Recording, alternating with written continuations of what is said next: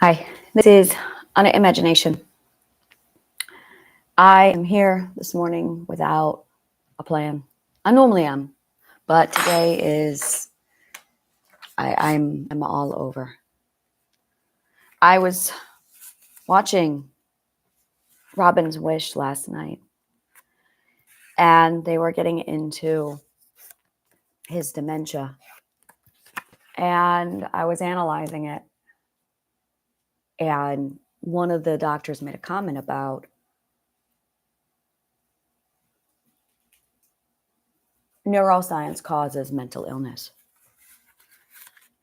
And I'm going, no. And he was explaining how the activity in the brain sets off changes in hormones, which results to all the activity taking place. And I'm going, yeah, but how did it get there to begin with? A catalyst from the outside, from a choice that the user makes. And he was looking at the catalyst of mental illness being in the brain. And I'm going,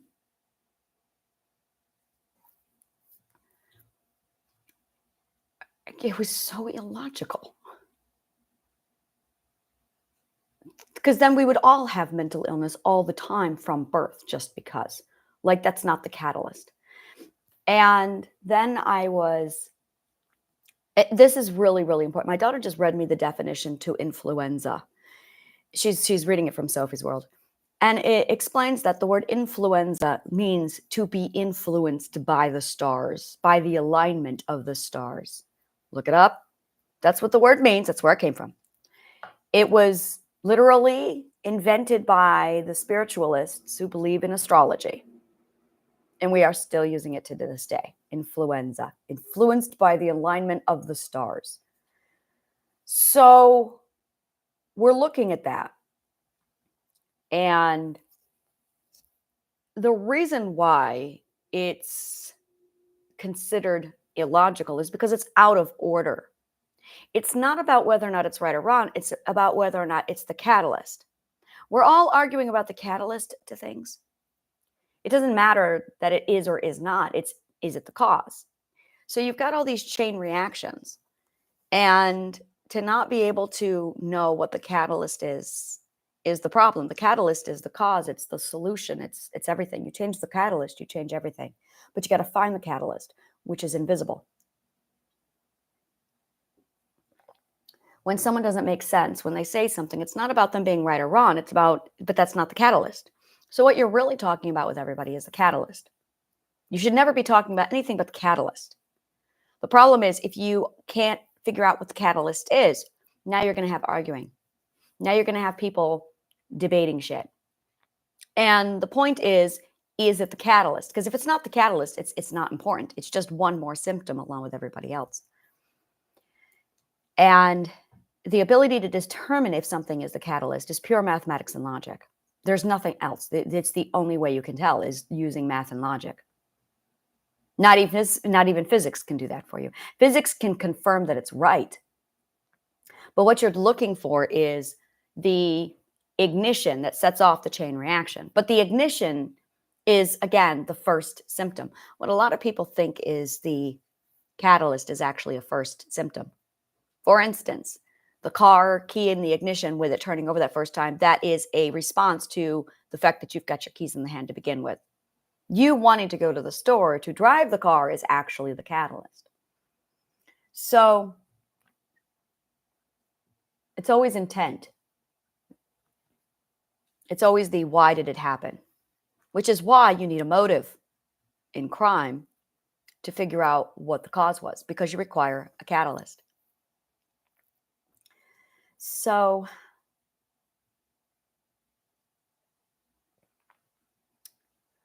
after I was reading it, I started researching. Well, they were talking about basically the proteins in the brain. Robin was a fucking genius. He was a fucking genius. And geniuses basically don't get degenerative diseases. they make that very clear. Like, that was the whole thesis in the very beginning, was geniuses don't get degenerative diseases. But Robin did.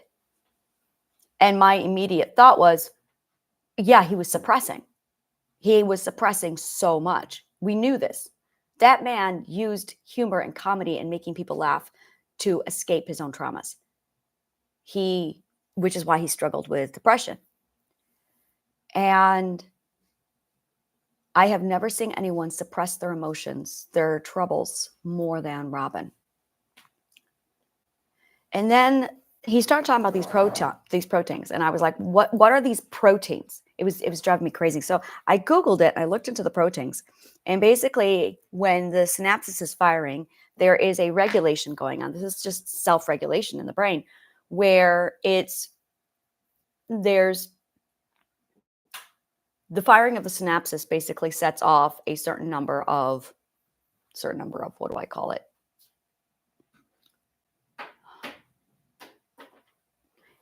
It can leave behind proteins. So my question is, well, where are these proteins coming from?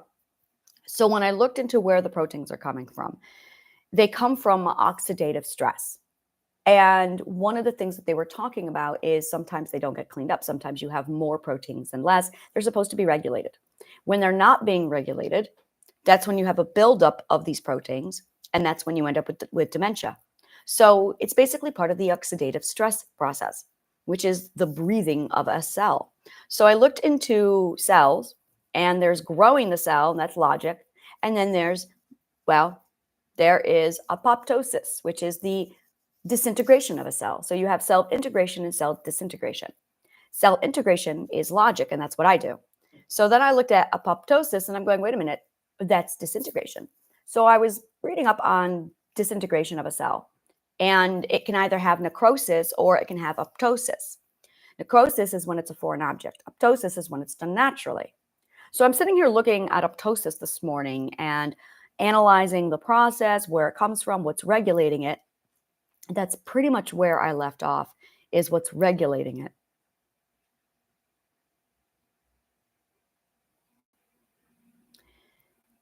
And one thing that really came very clear again was the resistance, the suppression. And it's just screaming at me, resistance, suppression. It's because you're not practicing the 10th ethic, which is emotional fluidity. And I'm looking at it going, the 10th ethic is literally killing everybody. The 10th ethic is killing everybody because you're not emotionally flowing.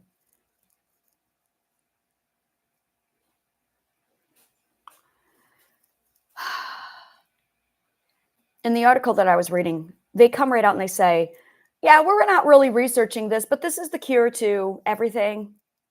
They said it. They're like, yeah, when you have too little, you get lupus and cancer. When you have too much, you get everything else. And I went, lupus and cancer if you have too little, too much apoptosis, you get everything else. So all of disease comes down to apoptosis. 100% of all disease comes from a process called apoptosis. 100% of all of it, and we are not researching it. There were all these articles going, we really should study this, but no one's doing it. And I'm going, wait a minute, you have two. It all comes down to two options. That's what we call a 1-0, a closed or an open in logic. When you find something that has a closed or an open, you've got it. Like that, you're right on the catalyst, which means I am 2 generations away from the cause of disease. Apoptosis would be the 2nd generation because it comes down to 2 options. The more options you have, the further away from the catalyst you are. So the next thing is going to be one option, and it's going to be the actual catalyst. So we can find this one thing, we're good.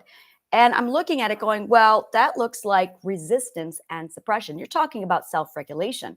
You're talking about something inside the body that literally regulates our apoptosis. So what regulates apoptosis? That's a good question. That's what I need to ask. What regulates apoptosis?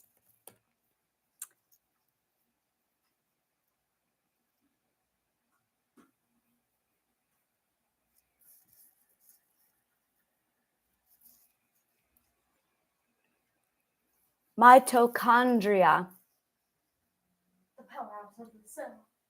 I love my daughter. She goes, the powerhouse of the cell. Cell internal stimuli such as reactive oxygen species. Yep. So the mitochondria. Mitochondria it is. I'm going to jump into the mitochondria.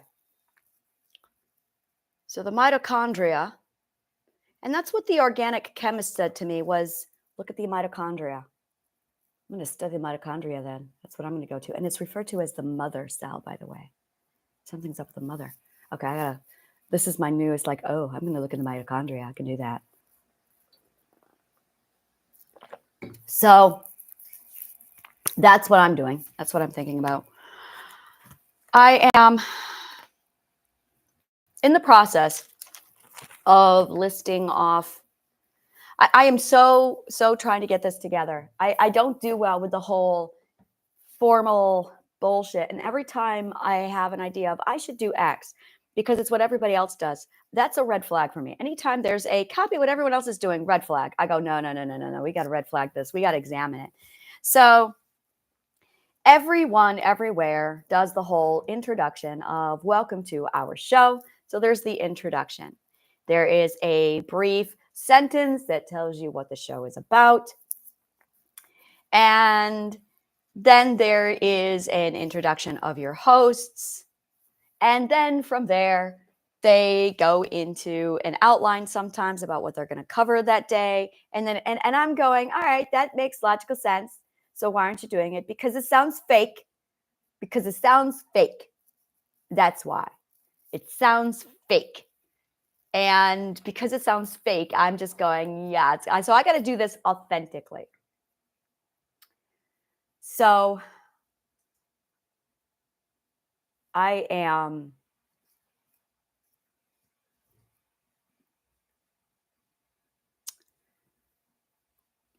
have many big words, and I'm trying to figure out how to condense them into simplification. I'm trying to figure out how to simplify. Simplification is one of the most amazingly beautiful things in the world. It is a skill. And that is really all you are doing when you are learning. You are simplifying.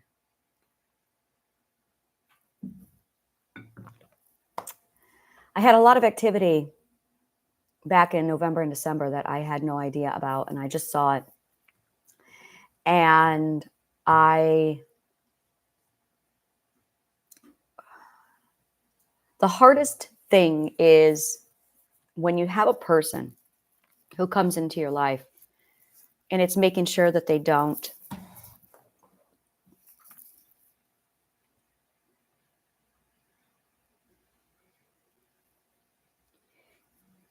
everything that I see looks like cell mitosis or apoptosis. Everything that I look at. The process of integration and disintegration, it's in everything. It's in every fucking thing. It's how we are present. It's everything. It is literally the moment in time where everything has come together exactly as it is at the point of precise integration and disintegration. That is what all of life is. It is the precise order of operations leading to every single generation at this point in time taking on a certain point of integration and or disintegration at once. So when you take a snapshot from time and you're looking at it, this is where everything is at this point. And the ability to be aware of integration and disintegration and the ability to choose it consciously is vast. We're no longer at the mercy of it. And that's the difference. We're no longer at the mercy of this integration, disintegration. We now can control it. And the first question to be asked is, well, how the hell would you control it? Why would you want to control it? You want to control this so you can speed up your growth, heal, regenerate, and then break it down through disintegration. You're supposed to be breaking it down through disintegration, but if you're not controlling it, you're at the mercy of it. And that's really what it comes down to, is you can become educated about integration and disintegration, or you can be at the mercy of it. And those are your choices. And once you learn how to control your own integration and disintegration, on so many different levels, you can apply that to anything. Everything is integration, disintegration. Everything. It's so fucking beautiful. And it's literally all balanced by our words. And the more I look into that, the more I break it down, the more I'm going, okay, feelings and words are literally the top two catalysts here. Everything stems from those two things. Everything stems from those two things. Two people come together to have offspring because they have feelings and words. There isn't anything that doesn't come out of feelings and words. Everything we have is feelings and words based. And it's this, and if you don't have the words, you don't really need the words. That helps. That's steerage. Words are just steerage, so you can point it in the right way. It's navigation. Words are the navigation. And that's it. Words navigate your feelings. So if you're sucky at navigation, if you're sucky at communication, you're not going to be able to navigate your feelings. And then your emotions come in to tell you how good or bad you are at it. And that's it, really. You got your feelings, you got your words, and then you got your emotions telling you how good or bad you are at your words. And then your feeling or your emotions are in charge of everything, and the whole thing just...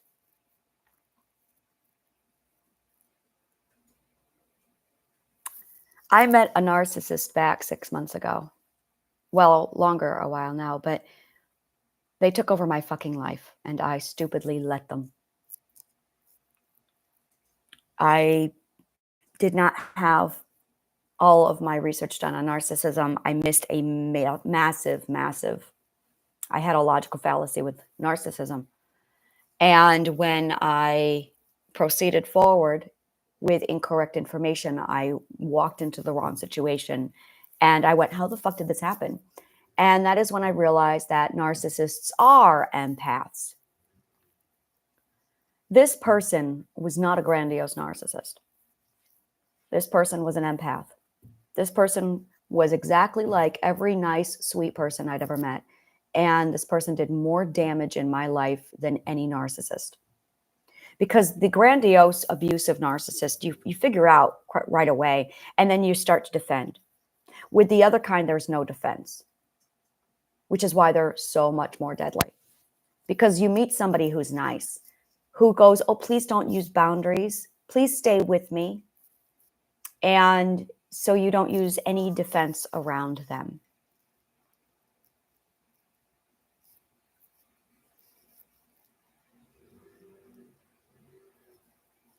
And the whole thing just completely falls apart. Because they don't trigger your defense system.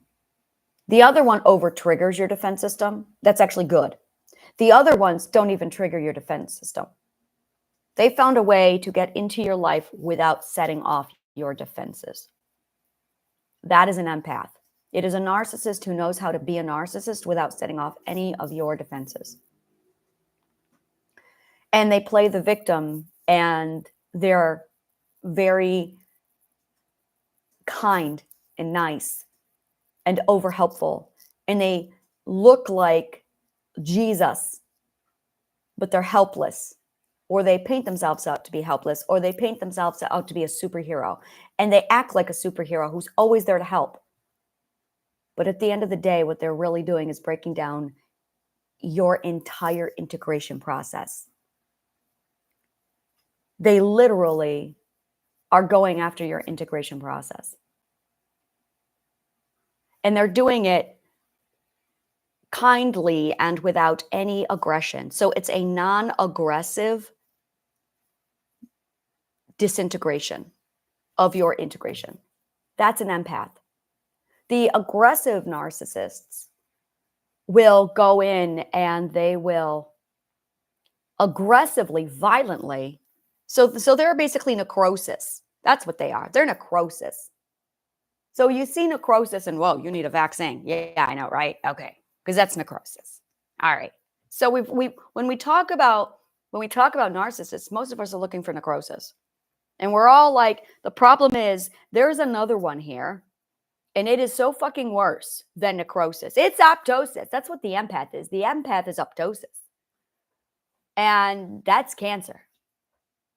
It's subtle, it's natural, and it tells everything in your brain, you don't need your defense system, while it rips you apart and disintegrates you.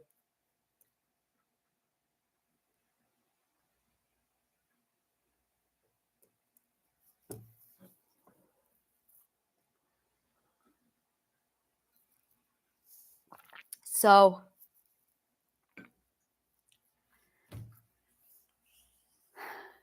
there it is. And it's all comes down to some dipshit out there thought that being nice was a good idea. And it's really, I don't talk about being nice at all. I just say, go read Not Nice by Dr. Aziz Gazipura, because everything I have to say about not being nice, he's already said. And okay, his book is really long. Maybe I can simplify it. But really, just go read Dr. Aziz Gazipura. Read all the reasons why you should never be nice. And he breaks down how nice is different than good, and why nice is wrong, and how nice is damaging, and all the psychological problems that occur when you're nice. And I went, oh, there you go. Like, go read it. And I recommend the audiobook because he reads the audiobook and he's got a great sense of humor and it's so fucking funny. So I strongly recommend you actually listen to the audiobook because it is so fucking funny. And it was just,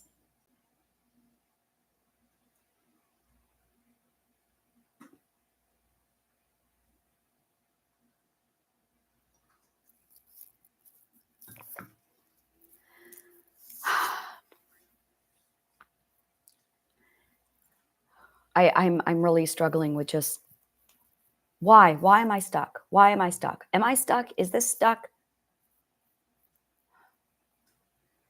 Everything feels flat. Everything feels flat. I had my palm read once. Don't ever fucking do it. The worst fucking thing in the world. Don't ever fucking do it. I had my palm read once. And I was told that I was going to have 3 children. And I had already made up my mind I was going to have 2 children. I had already decided I'm having 2 children. There's no ifs, ands, or buts, 2 children. And so this woman looked at my hand. She goes, oh, you're going to have 3 children. I'm like, oh, fuck you. I'm not. And I have 3 children. She knows that she was an accident. And I went, she's mine. All right. And there was no, she was mine. And it was not something I kept away from her. My children all went through the whole, did you plan on me? How did I come into existence? And I made it very clear to her, you were an accident. And I don't care. I loved you. I kept you. I wanted you, which is why I kept you. So she knows she's loved. She knows she's loved. And yeah, sometimes you don't plan, and that's perfectly fucking fine. But I was so fucking pissed. And it was one of the most abusive things that I underwent with the IVF when I had this psychic from 1995 telling me, you're going to have 3 children. And I'm like, I'm only going to have 3 children. And then there was the IVF and the surgery. And I still only have 3 children. And I'm going, okay.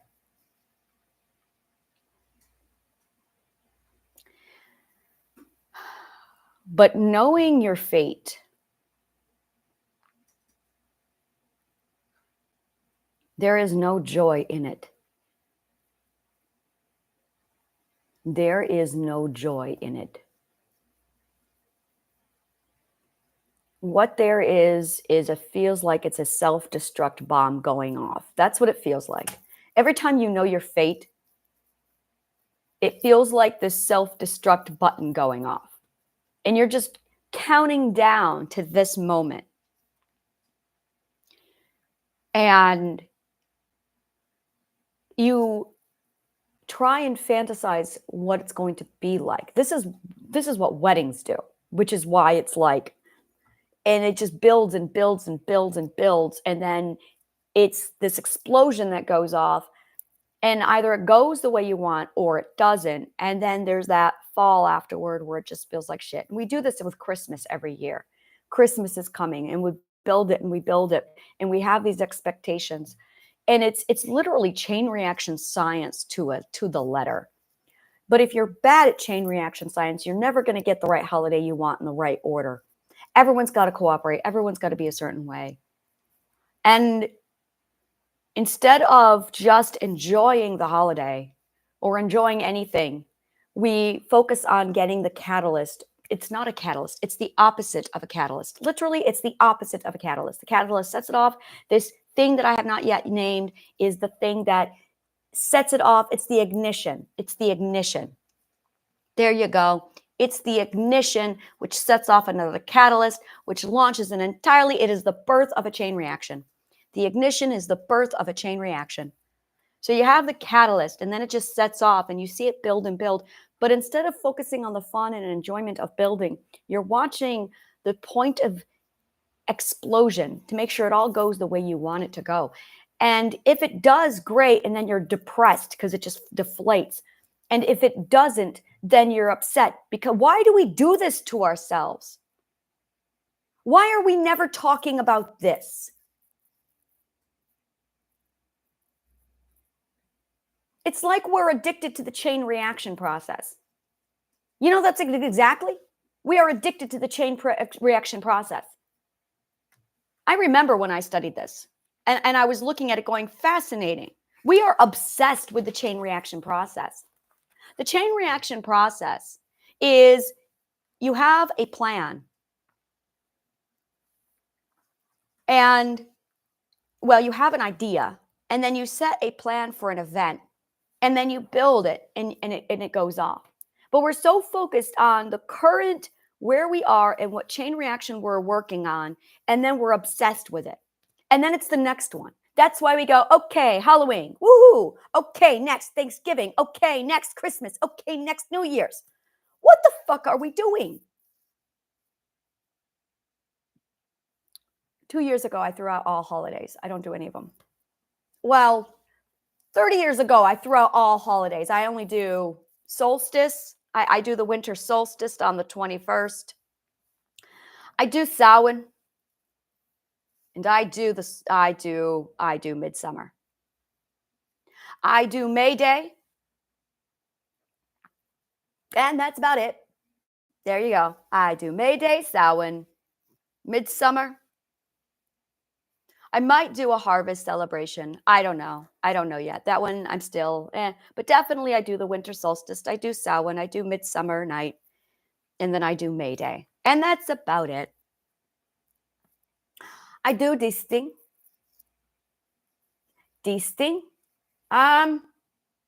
That is a Viking religion, which sets off the first moon of the entire year. It's New Year's, but it's Viking New Year's. So I do Viking New Year's because that's fun. So I do Disting. So I'm like, Disting. It was down to, do I want to do Janus or do I want to do Disting? And I compared the two and I went, screw Janus. I'm going to do Disting. Now I feel guilty for screwing Janus. I'm like, all right, maybe we should talk about Janus. So maybe I'll do Janus later. Janus and wait. That sounds Roman. Give me a minute. I'm going to look this up. I see a US there. No. I know what that is. That's Roman. Is even ancient Roman religion. There is no, that's not Greek. See, now I don't feel bad about that. Does not have it. It's Roman. I knew it. That's why. See, that's my insight. Disting it is. Fuck Janus. I knew there was something fishy about it. All right, so I'll calm down. Yeah, Disting. So I do Disting, which is just The Viking New Year. But their New Year is the first full moon it's the first full moon after the solstice. That's what it is. The first full moon after the solstice. So you have the solstice on December 21st-ish, and then the very next full moon is, new moon. The very next new moon is disting. The very next new moon is disting. So there you go. It usually falls around January 6th. In fact, it does fall around January 6th because the winter solstice is always a full moon, and then 2 weeks later, it's the new moon, because that is how it works. So it's a fortnight. See how that works? So it's the solstice, and then it's disting. So yeah, that's what I do. That's what I do. It's a really, really wonderful, simplified holiday. It really is really fucking simple. I love it. Midsummer Night, that to me is like, oh yeah, that's going to be like Bacchus night. Dionysus. That's what Dionysus. I'm going to do like Dionysus's parties on Midsummer Night. Oh yeah, fuck that shit, I am. Midsummer Night, we're going to do Dionysus Festival. That's right. They used to do it. They used to do that. We're going to bring it back. One of the things I love doing is looking up ancient civilization holidays and then drawing out the whole like, oh, what did they look like? What did they do? And one of the things that I love about the ancient Greek culture is it had something for everybody. It was aware of the 12 perspectives of human needs. That's what it is. We're going to talk about the 12 ethical perspectives of human needs. You've got 12 needs and you don't know about them. We're going to talk about the 12 needs, because when you are in an ethical perspective, you actually have a need and a want that you've got to take care of. And if you are not taking care of it, it's going to fuck you up. Which is why we're all fucked up, is because no one's doing the 12 needs. So, and this is really it. This is really it. And what they did is they found the way to do the 12 ethics. Good God, this is so beautiful. Fuck it. I'm just going to do this whole thing out like a religion, because this is it. I can see it so fucking clearly, and it's so beautiful.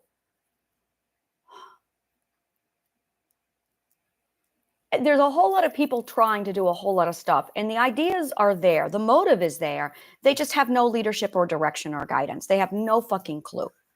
And there's this gorgeous culture and tradition that's just around it, and they want their culture or tradition, and they should have it.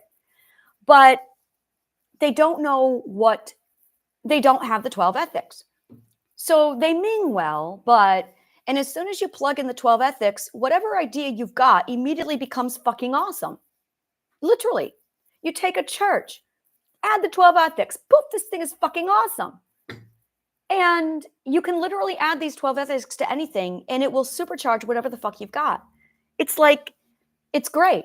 It's so fucking great.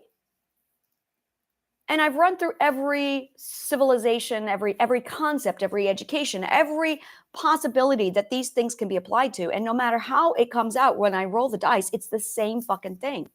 And it's the culture. And this is it right here. It's basically the 12 ethics are the skeleton. And then you can have whatever you are, your identity on top of them. And you've made it your own. It's beautiful. Now you've integrated this beautiful left-brained thing with you that is the right brain. You're supposed to integrate them. And I'm okay. I did an MRI on my brain 2 years ago. I'm okay. My brain is okay. My family had Alzheimer's. Alzheimer's is all over the fuck of my family. It's been something I've been very concerned about since I was about 5. And my grandmother has skin cancer. So I grew up watching what skin cancer does. And it's why I won't go near the sun. Like, okay, got it. Sun is my enemy. Understood. Won't go near it. I've seen what it does to the skin. And I'm processing all of this. Both of my grandparents ended up with dementia on my father's side. My mother's grandmother ended up with dementia and Alzheimer's. And I'm looking at it going, gotcha. All right. What's going on? So I basically spent my entire life watching them like studying their psychology, analyzing their psychology in comparison to others, watching my aunts and uncles age, and I'm sitting here watching how it's all going down. I'm like, okay, all right, So it's all like coming together, and I'm seeing how it's all flowing, and I'm like, all right.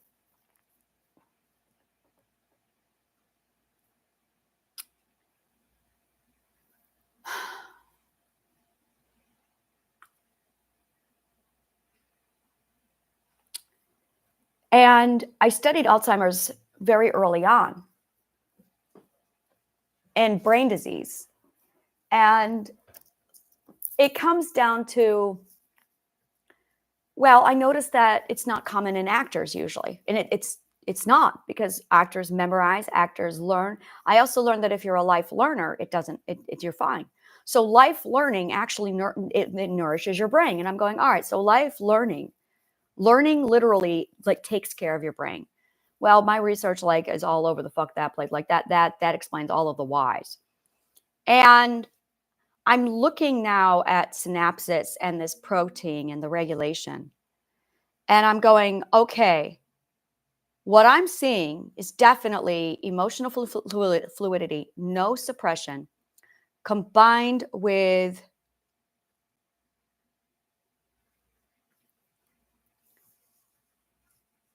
see, I know what's going on in the brain with physics when you suppress. Fucking don't do it. 10th ethic and learn. 10th ethic, learn, and integration.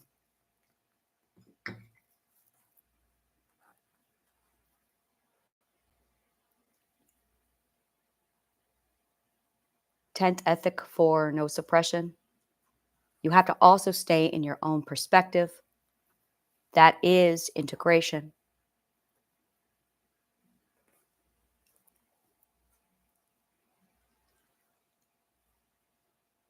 You have to have clean logic. You have to have clean logic. Because that will literally stop your growth. That will stunt your growth. It will prevent the integration process, and it will begin the disintegration process. So you have to study logic.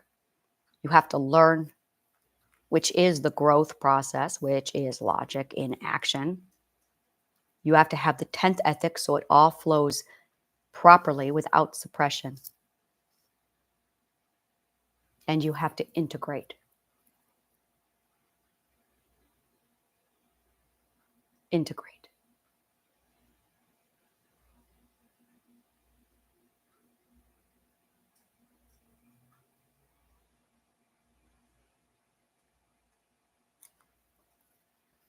You have to move. It's mental movement through time.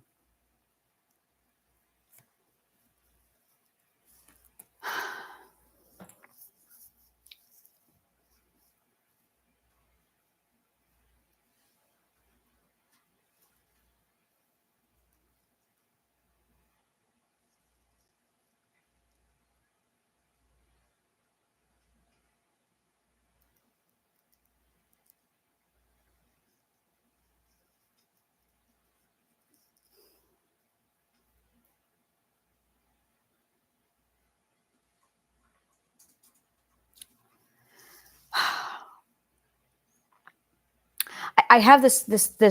I can see it moving, but I can't explain the words yet. And it's, I can feel like, yes, this is it. This is the cure to aging, death, disease. It's all right here. Great. Okay. Can I explain it yet? No, I can't explain it, but I can feel it. And I'm going, this is it. This is the cure to literally all disease. It's right here. And the belief that the mind, the physical causes the mental is bullshit. They've got their catalysts backward because you've got a fucking idiotic neuroscientist who literally hasn't studied psychology. He hasn't studied logic to understand the right order of operations of things. That doesn't make sense. Why the physical, why the material never comes first. Never. Never. That's like saying the iPhone existed before Steve Jobs thought of it. That's like saying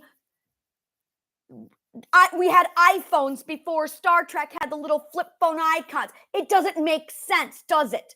Because someone had to think that shit up first. This is not hard. You think, therefore you are. And this is where people just don't want to accept this, that the thinking comes first. Everything must be imagined first, before everything. You are here because your parents thought of having you. Don't you dare say, I am, therefore I think. Someone thought, therefore you are. Someone had to think you up. You had to be dreamed first. You're someone's dream. My children are my dream. You are your parents' dream. And then these stupid assholes are saying shit like, the material comes first. Dip fuck. Future happens first. Future is the point of conception. It's the point of invention. It's the point where we sit there and we think up shit and we brainstorm it and then we figure out the how and then we do. Now you get to see it in the materialization world. Why the fuck would disease be any different? Why would they be exempt from this law of life? And that's what this is. There are life laws. And you guys are violating them all over the fuck place. The Greeks had them mastered. Rome is stupid. There are life laws that you don't get to violate.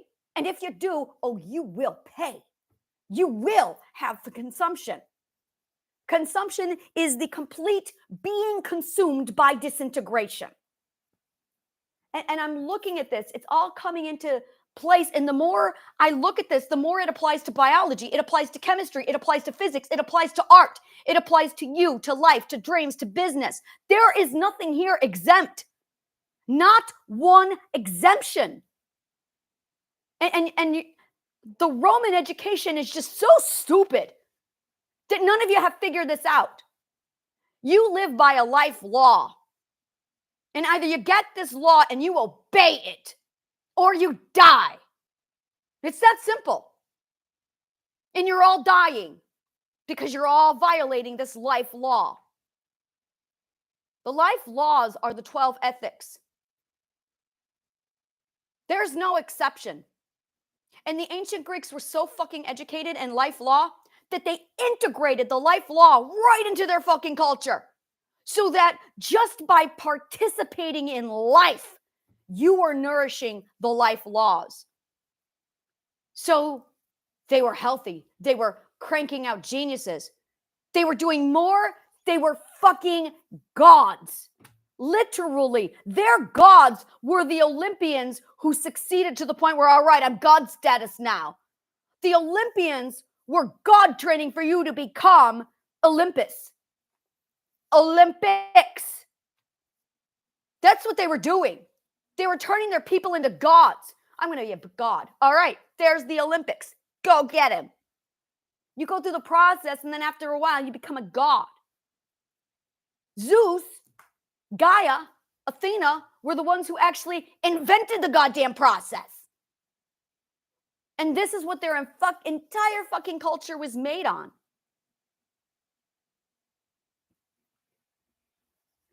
It was common back then that they would choose the best of the best, not Greek, the whole fucking world. This is what went down in Alexandria.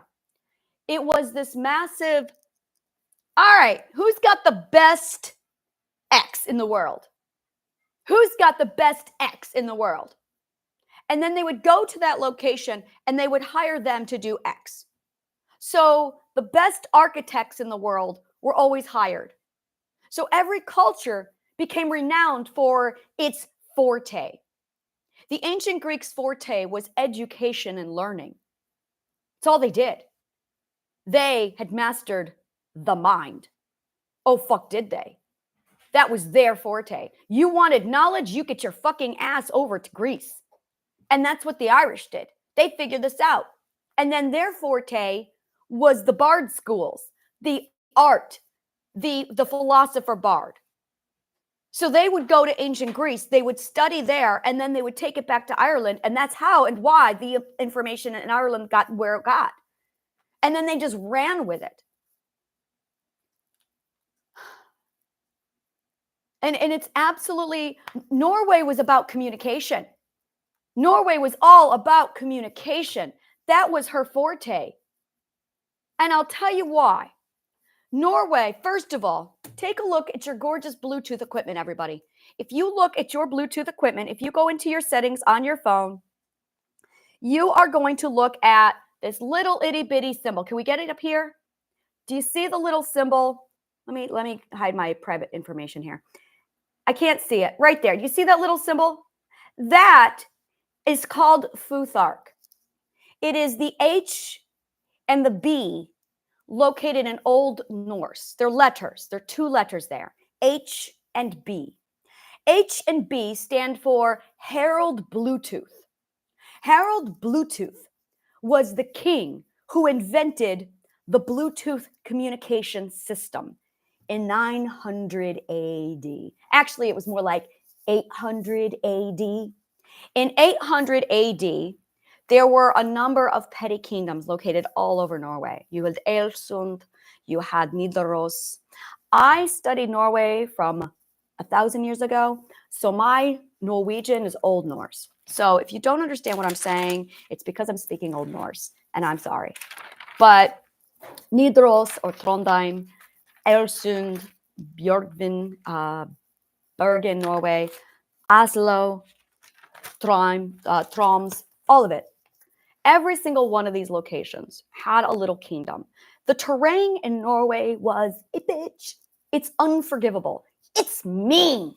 Like of all the terrain in all the world, it's fucking mean. It's horrible. You have no idea how much I spent time on Google walking all of it going, holy fucking shit. Oh, how the fuck? You should see their switchbacks. Like, there is shit that goes down. There is a reason why Slurty Bartfast invented it the way he did. Like, dude. Like, kudos to Slurty Bartfast. So I'm sitting here looking at this thing, going, God damn this terrain. It was not easy to contact each other. So the petty kingdoms were completely isolated in their own city-state. Bluetooth was the king who came up with a communication system to unite them under communication. So he sent out something called the King's Road. He built the King's Road, which allowed them to literally travel between all the different kingdoms for communication purposes. And he united them under, finally, Norway. Prior to the work of Harold Bluetooth, there was no communication system. It was pockets of isolated nothing. It was beautiful what he did. And then when they brought it to Norway or to Ireland, these are the people who, again, they brought their communication system to Ireland. So here's Ireland with the ancient Greek knowledge. Now you've got the communication system of Norway. And it's like, boom, okay, then Ireland went off and did what it did. Dudes, they figured out communication, which is why their books were the way they were, which is why their education was the way they were. It was supercharged. And then the largest trade port in all of Scandinavia and Great Britain all fell into Jorvik, at the dead fucking center of the, well, it's not England, it's England and Scotland. If you look at the whole, and Wales, if you look at the whole island, right at the dead center is Jorvik. Jorvik, that's York today. Jorvik was the trade center. It was the largest trading port in all of everything in that region. Everybody of every culture was able to go through Jorvik. Viking, Irish, Scottish, English, Anglos, Saxons before they were English, all of them went through Jorvik. And it was completely run and operated by the Vikings, but it was peaceful. These were not warring people. They were not warring people. They had a fucking system. It was a beautiful system. Their system was extraordinary. Their slave system was extraordinary. A slave, just like in Greece, could purchase their own freedom. And it was set up so that they could. Do you hear what I'm trying to tell you? Sometimes in their culture, slavery was an option. And you had the ability, if you worked hard enough, to get yourself out of it. I don't condone slavery, but they allowed it. If you worked hard enough, you allowed it. You could. It was almost a punishment status, especially in the Viking era. It was almost a punishment status where if you fucked up, you became their slave. Oh, you did them wrong? They own you. Pay your debt back until they decide when they've had enough. You fuck up, you become their slave. That was their justice system.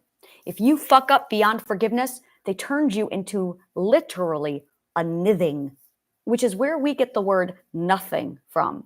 A nithing, N-I, thorn, I-N-G, nithing, was literally Old Norse for nothing, N-O-T-H-I-N-G, nothing. It was a noun. You are a nothing. A nothing was the lowest of lowest status in Norwegian, in Old Norse culture. You're done. You're done. You get out. A nithing was exempt from law, outside of law. There is law which protects you and also sets the standard. But if you are a nithing, you are removed from the protection of that law. So you could kill and get away with it and be killed and no one cares. To be a nithing was a death sentence. And if you have a nithing and you throw them out, it would just be better off to just kill them. So they did. Most nithings, after they were banished, they just went on a hunting party and killed them anyway. Because now you've got a threat. Because you have someone who can legally kill you without any, well, they're a nithing. There's nothing we can do. They're outside of the law. If you choose to be outside of the law, you're a nithing. So you did not want to be a nithing. But you had to really seriously fuck up to get to that status. And it wasn't a perfect system, but boy, did it fucking work. And I'm just looking at it, looking at the structure of it, looking at the structure of Ireland and looking at the structure of the ancient Greeks. And what's amazing is they were so tuned into the nature, all three of them. All three of them were so fucking tuned into the nature. Let me show you this. Old Norse was a perspective 1, 2, 3, and 4 with nature. And I'm looking at them going, wow, that's what we're supposed to look like at perspectives 1, 2, 3, and 4. Wow, that's what integration looks like at stages 1, 2, 3, and 4. Ireland was 5, 6, 7, 8, 9, and they are at 10. The Irish are currently at the 10th ethical perspective as a whole. And I'm looking at them going, holy fucking shit, wow. That's what it's supposed to look like naturally. And then I'm looking at the ancient Greeks and it's like, oh, they are 10, 11, 12, all the way up to point of comprehension, God stat. Okay, so that makes sense. So Greek is the rest of it. So now I'm looking at it going, wow, I can see the spectrum. So if you look at Old Norse and then Ireland, and then you look at ancient Greece, you now have a full timeline of what the entire 12 ethical perspectives are supposed to look like, completely void of any Roman rule, of any disintegration, of any necrosis. Roman rule is necrosis. That's what it is. It is necrosis. And I'm looking at these three cultures, and it blows my mind away. And when I studied Ireland, I could see how the Irish were once the Vikings. And I can see how they evolved naturally because they followed the natural law and order. The 12 ethics are the ethical law and order. I found the 12 ethics when I did my 2,000 person research over the last 3 years. And I asked every fucking person I came upon the same questions. It's the summation of all the questions that I asked, or all the answers I got. What do you wish you had? What do you want? What do you think is wrong with the world? What does world peace look for you? What do you wish you had learned? And it was the summation of every answer I got, over and over again, the same answers. And when I summarized all of the answers I got, they came down to the 12 ethics over and over again. Not one of you wished for sex. None of you ever talked about sex. That surprised me. And that was a really fucking good sign. Back in the 80s, it's all you guys would have talked about. I listened. I watched. That's all you guys talked about in the 80s. Now we're at the point where people aren't even thinking about it. They want love. They want to know how to be a good partner. They want the courage to do what they never did. They don't want regret. I went, okay, well, there's courage. Every one of you mentioned courage. Every one of you mentioned regret. Every one of you had a regret. You talked about how you wish you could stand up for yourselves, how you wish you had listened to yourself more. Self-authority, guys. Every old person, every fucking one of them, every goddamn interview I watched. I sat there and watched so many YouTube videos of old people telling young people what they think. And every one of them said, you listen to yourself. So old people gave us that second ethic. Every old person in the world gave us the second ethic. Only listen to yourself. Self-authority. Self-regulation. Every mentally ill person wanted self-regulation. Every one of the mentally ill people. So the mentally ill people get the third ethic. They're the ones who are screaming, I wish I could self-regulate. Self-ethic, there it is. The fourth, control, law, order. Personal boundary is actually what that is. And that is every one of you wishing that you had the ability to defend the self. The fourth ethic is really self-defense. That is what the fourth ethic really is. Self-defense. It's your ability to defend yourself ethically. The fifth ethic, accountability. That one. That is what every narcissist wished for. They wished people would stand up and be accountable. Because their abusers were not accountable for the abuse they had done. The problem is because the abused never saw an example of accountability, they became unaccountable. So they actually became the thing that they wanted more than anything. Well, reverse that. They failed to become what they wanted more than anything. But the narcissists all wished for accountability. That's pretty fucking noble. Suddenly I'm looking at narcissists completely different. That all the narcissists in the world just want people to become accountable. Yes, it's ironic that they are the least accountable people. And that's why they appreciate it so much. It's because they have lived the result of it. Equal footing is what the sixth perspectives asked for. They're the ones going, we're all equal. I'm not less than you. I'm not dirt under your feet. I'm somebody. It was extraordinary to watch. I also heard, I just wish somebody would listen. Seventh ethic. I wish I could talk to people. They don't let me talk. Eighth perspective. I wish I could connect with people. Why can't I just connect with people? Ninth perspective. 10th perspectives. I didn't get very much of those. I did not hear very much people going, I wish my emotions would just flow. I did hear a whole lot of, I wish my emotions wouldn't hurt me. I wish my emotions would, plug it in. I heard a whole lot. That's where the language started to break down. And when I translated all of it, it was, okay, you want emotional fluidity.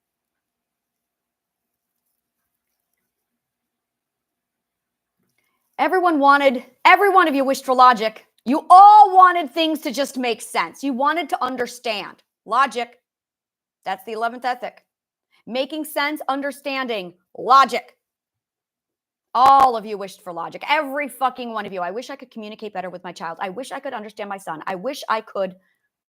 It all came down to everyone wanted the 11th ethic. Every single one of you wished for the 11th ethic. You all wanted logic. You all appreciate logic. You just don't know what it is to appreciate it. But you wished for it.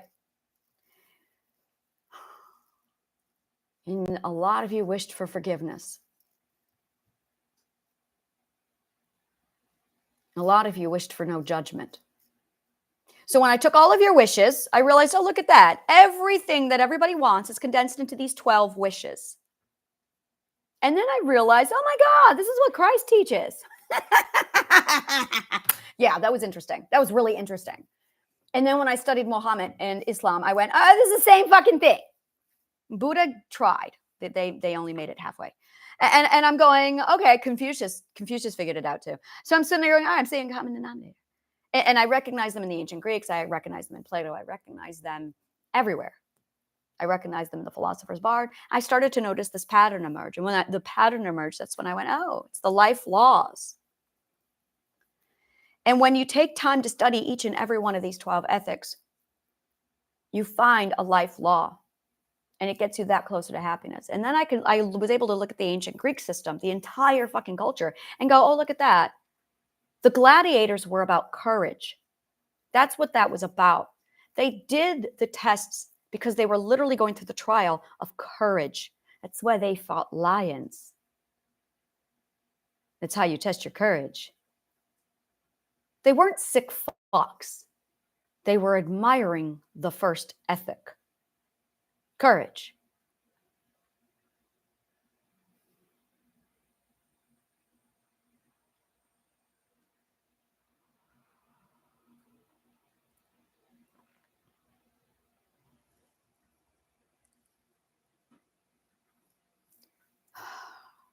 They had a way to school every single one of those 12 ethics right into their culture. And at the universities and their parents, it was are you going to go through the 12 ethics? Are you going to go through the 12 trials? The Herculean 12 trials. These are the 12 trials of Hercules. Like I said, it's right in their culture. And you had to go through them 3 times. There were 3 rounds of them. And the Olympics were the accumulation of all of them. So that you would go through literally all of them. That's why they had the patrons. That's why they had the art the way they did, where they would, and this is it, is they would adopt artists. Every house had its own musician. Every house had its own painter. Every house had its own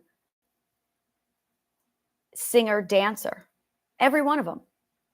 So it was common to have 3 artists living inside your home with your family, and all the artwork, all the sculpting, all the modeling, all of it. So you didn't commission a painting, you commissioned an entire artist, which is what a patronage was. Now you had no starving artists. There was no such thing as a starving artist. If you were a criminal, you became a slave. If you were a criminal, you became a slave.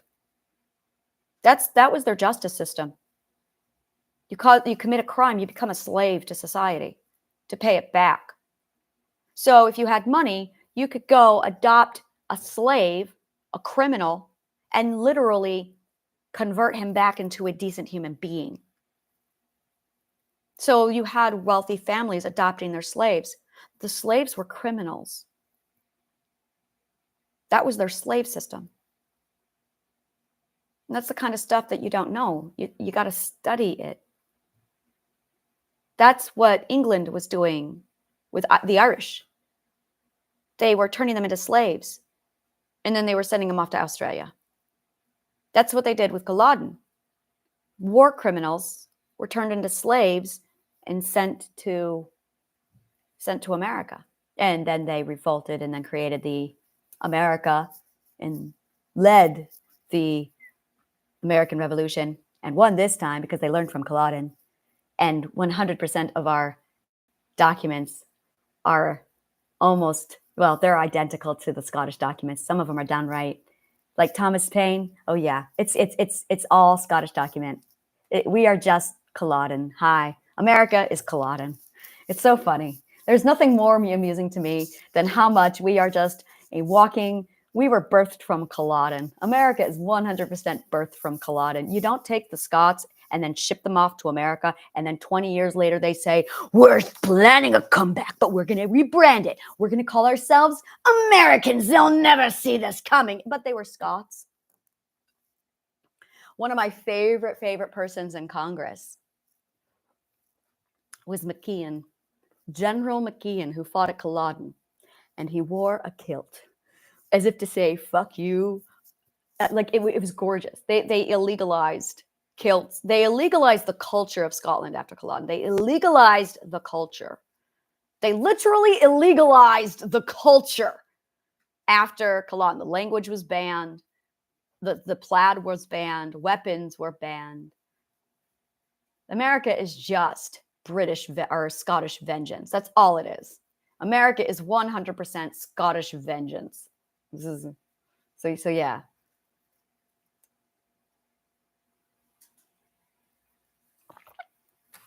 They didn't win Culloden after all. Yeah. So I see history very, very differently than the rest of the world. Like I really need to just do my history lessons because it's story. And the reason why we study history is because you're actually studying culture, society, sociology, but you're studying the educational system. Educational systems are the story of why we have educational systems. And if you're not, it's all back to the why do I have to learn this? You have to learn the subjects because you are the accumulation of the subjects.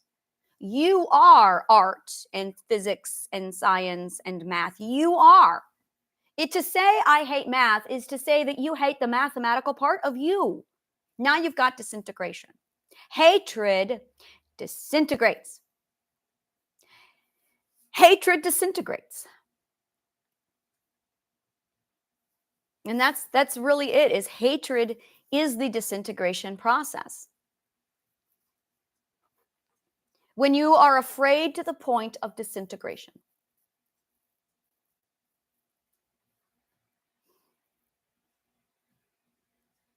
The way to handle a woman is to love her. Simply love her, love her, love her. That runs through my head a lot, almost every day. Simply love her.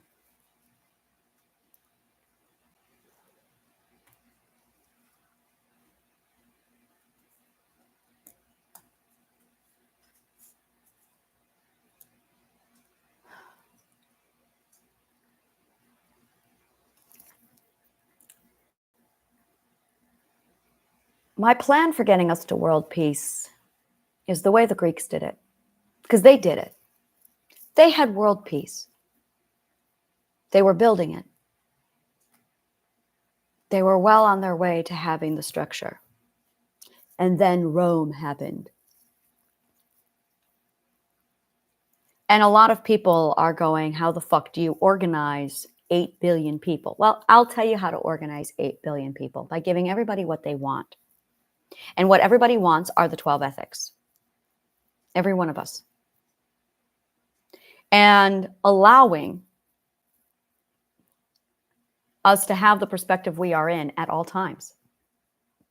The first perspectives are going to stay first perspective until they feel safe enough to grow. We are talking about more than just tolerance. We are talking about nourishment. Because when you tolerate, that means you allow it. That's not the right mindset. Tolerance is the most toxic mindset. If you're tolerating it, you're a barbarian. You don't want to tolerate it. You want to go a massive step above tolerance. You want to celebrate it. You want to nourish it. If you're talking about tolerating it, you're a fucking dick. Because that means, all right, I will allow it. Oh, you fucking egotistical little shit. Fuck tolerance. You need to celebrate it. You need to nourish it. That's the mindset you need. People are like, well, intolerance. Intolerance is far better than tolerance. Intolerance. I intolerate illogic. I will not allow it. I do not allow it. This is called self-defense and self-preservation. I stand for truth. I do not tolerate lie. Well, if you lie, okay, you've got your reasons and that's okay, fine. My problem is if you absolutely support lying and you're all about, oh yeah, you need to be tolerant of lying in the sense of I need to nourish lying. Oh no, now we're going to have a problem. That's hatred. To nourish lying is hatred. Yeah. Because you're lying because you're afraid. And when you nourish fear, it's actually hatred, which is the breakdown process of disintegration. That is disintegration. So hatred is when you finally fear so much that you now disintegrate. So it goes lie, fear, hatred. I don't do that shit. So yeah, I am intolerant of it because that's what we call a cancer and necrosis process. That is cancer and necrosis. So yeah, I am intolerant of cancer and necrosis in my mindset. And that's it right there. You should be completely intolerant of that shit. So when you're tolerant, it means you allow shit like that, but you're still, when you've got something that needs to be, either you nourish it or you don't. Make up your fucking mind. And if you're indecisive, if you're not going to nourish it, but you're going to allow it, then what the fuck are you doing? If you're not gung-ho passionate about it, then why is it in your life? Why aren't you raising your fucking standards? I can't fucking stand the word tolerance. It's celebration. It's nourishment. It's making a fucking commitment to care about something. And we just don't have this mindset in our system. Not at all.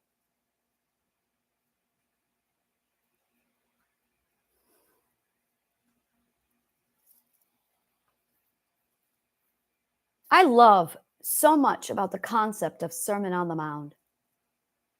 I was always the one to sit here and go, what the fuck did he say? And I read the Bible.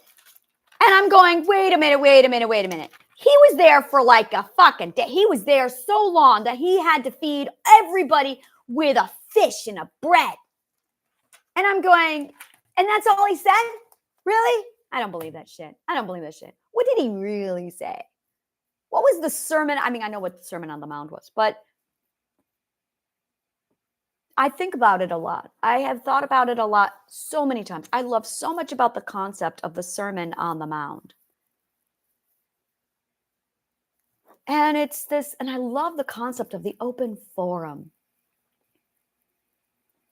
Sometimes I think things like, just walk your ass into the subway, sit down and just start talking to people.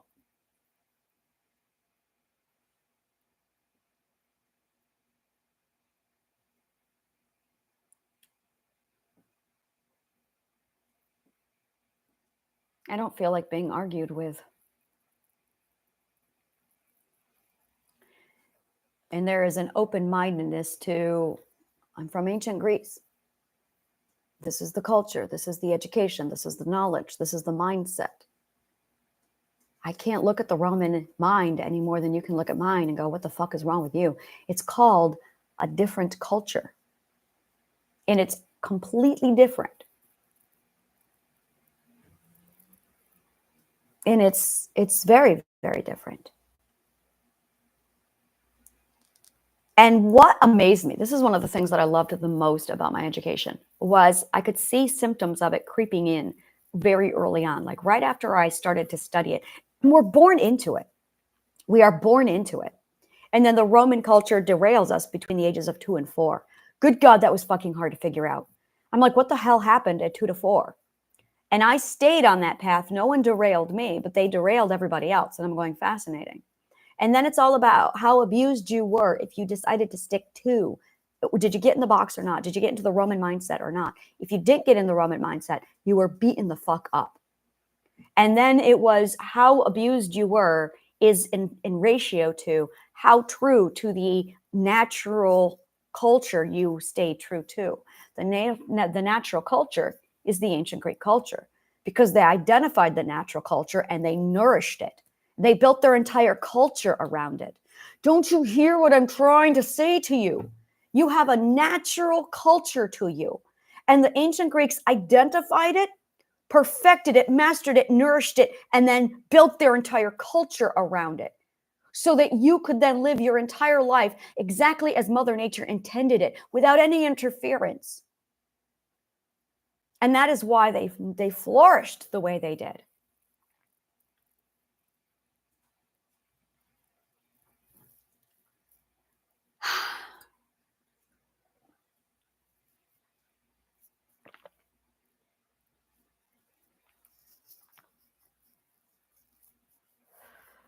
I love seeing words like Genesis, generation, genetics, gene. And now I'm looking at GEN and I'm what the fuck does that mean? I mean, it probably means the beginning.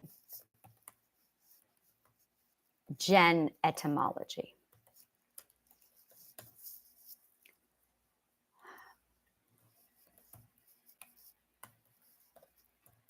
So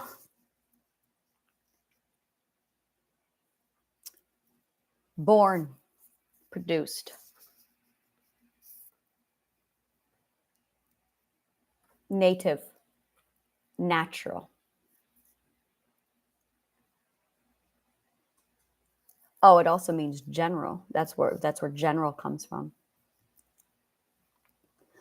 To become. Beautiful. Absolutely fucking beautiful. Gen, genus, born, is one of the most beautiful words. So here's what I love about the Greeks.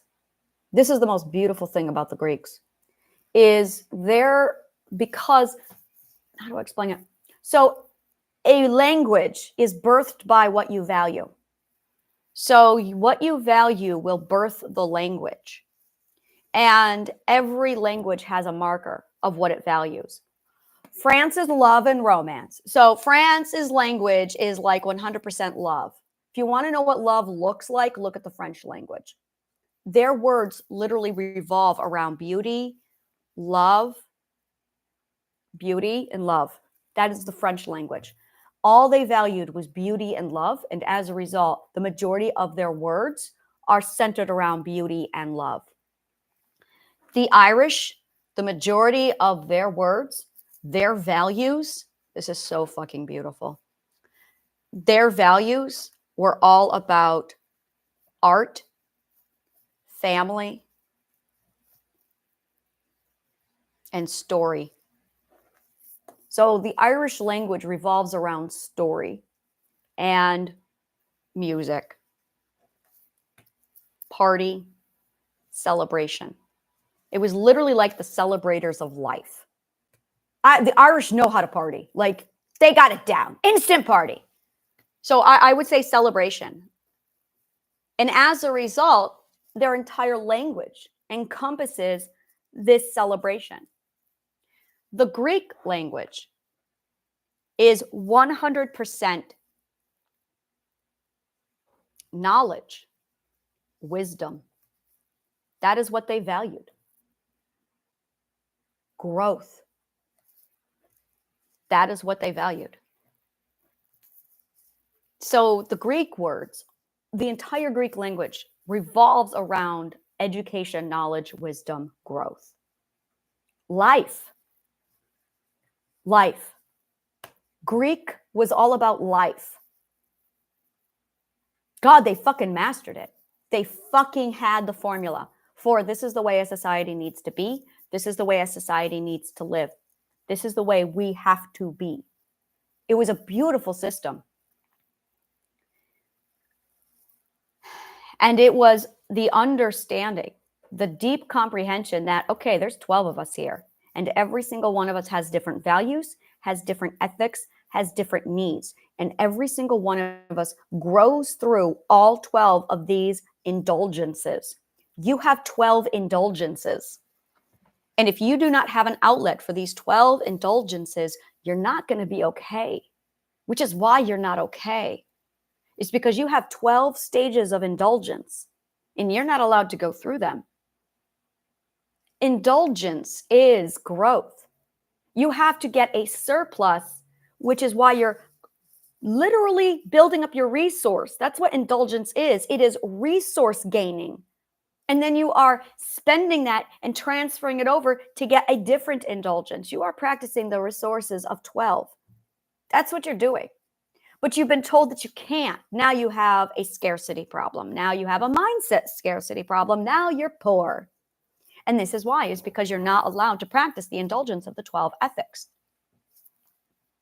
The indulgence of the 12 ethics is everything.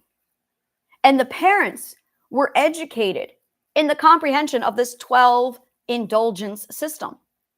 So it was like, oh, we have 12 indulgences. If you want human life, happiness, balance, you have to learn how to regulate through these 12 stages of indulgence. So your children were nourished into these 12 stages, and then they were passed around, and they were absolutely put through the system. Oh, you're doing that, you're wearing that. Okay, you must be in this stage. All right. Make sure you regulate your 12 ethics. You must regulate your 12 stages. And you don't go through them once, you go through them for the rest of your life. It takes 3 rounds to master these things. 3 fucking rounds.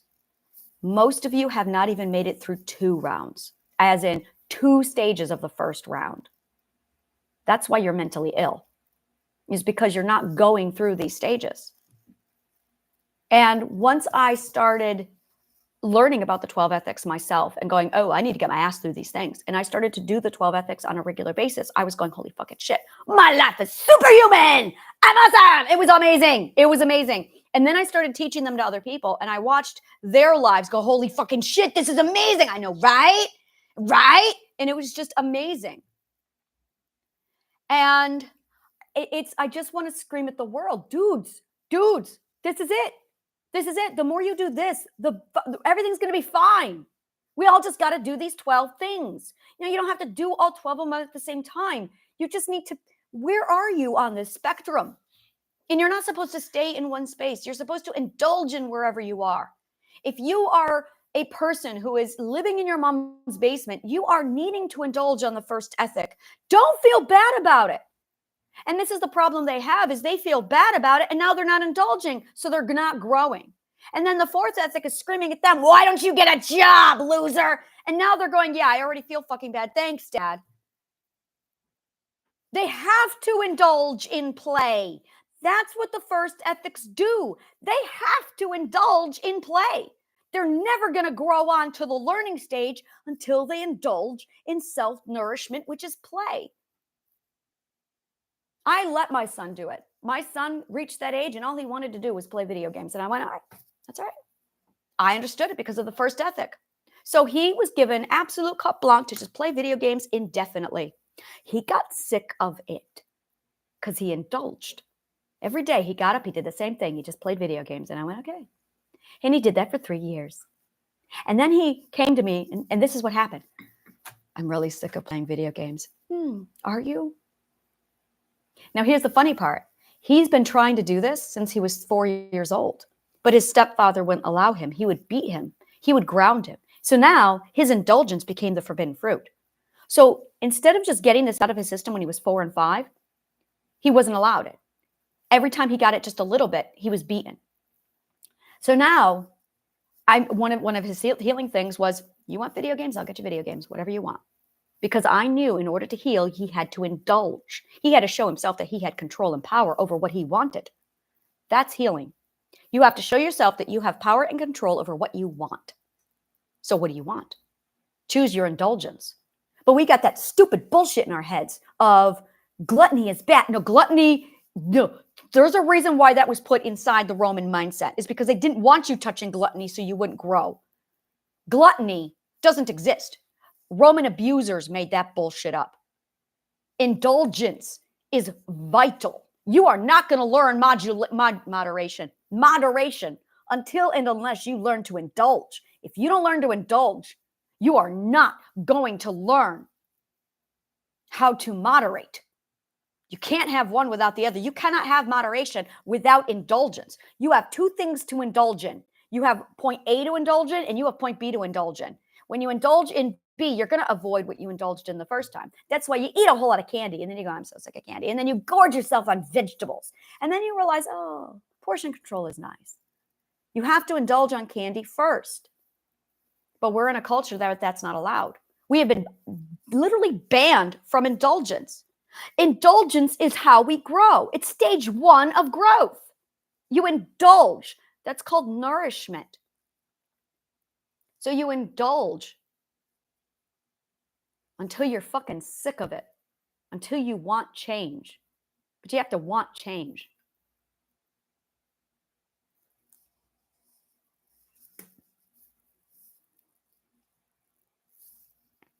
After you indulge,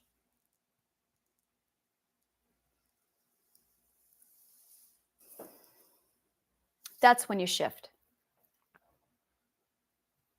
That is the shift. It's when you get your full of whatever it is you need to indulge in. But if you are at the third ethic, you might be wanting to indulge on debaucherous sex. Anna's playground is coming. That's all we do. Ethically. Ethical debauchery is huge. And you've got a lot of people now who want to indulge in sexual exploration, but that's not nice. It's bullshit. It is absolutely required. It is part of the human experience. That's why the Greeks had what they had. And I have been through those. I spent 3 years in those cultures, and I saw how fucking dirty and unethical they are, how preyed upon they are. Oh, I was fucking pissed. I had been starved for a BDSM culture, for a nudist culture, for an exhibitionist culture, for a nonconformist culture. I still am. But I have an ethical standard, and no one is meeting that ethical standard. So I'm just sitting here going, you don't play with the unethical. That's a death sentence. You don't play with the unethical. That's how you get raped. That's how you get beaten. That's how you get dead. You don't play with the unethical. So Anna's playground is literally an ethical 12 ethics debaucherous cesspool, ethically. And I went, all right, now we're talking. So that is something I am building, and that is only available to people who have gone through Triadic Healing Part 1 and 2. It doesn't even open its doors until you are done with Parts 1 and 2, like mandatory. I have other G-rated, and it's both. I have conformist and nonconformist. So the playground is there for both sides, but it's all ethical. So as you grow to a certain point ethically and you want to explore over there, we have the introduction, we have the soft, gentle guide, and then we walk you through it ethically to keep you safe. And everybody there has been they're studious of the 12 ethics. So it's vital. Like, we don't do this without it. So I have Anna's playground that's present. And that's it. That's a huge part of it. And it's literally an entire culture revolving around the 12 ethics and everything you need to nourish whatever stage you're in, with an understanding that we all go through these 12 ethics at a different stage. You're going to be monogamous sometimes. You're going to be polyamorous sometimes. You're going to be celibate sometimes. But if you're locked into a marriage, how is that going to work for you? Well, guys, if you have the Roman marriage model, you're fucked. The Greeks had a different marriage model. The Greeks had a very different marriage model because they knew about the 12 ethics, and you cannot lock someone into a growth stage. And that's what people do with each other. Your parents have locked you into a growth stage because they're intolerant of the other ethics. That's what happened to you. Your lover, your partner, your husband, your wife has locked you into one of the perspectives, probably theirs.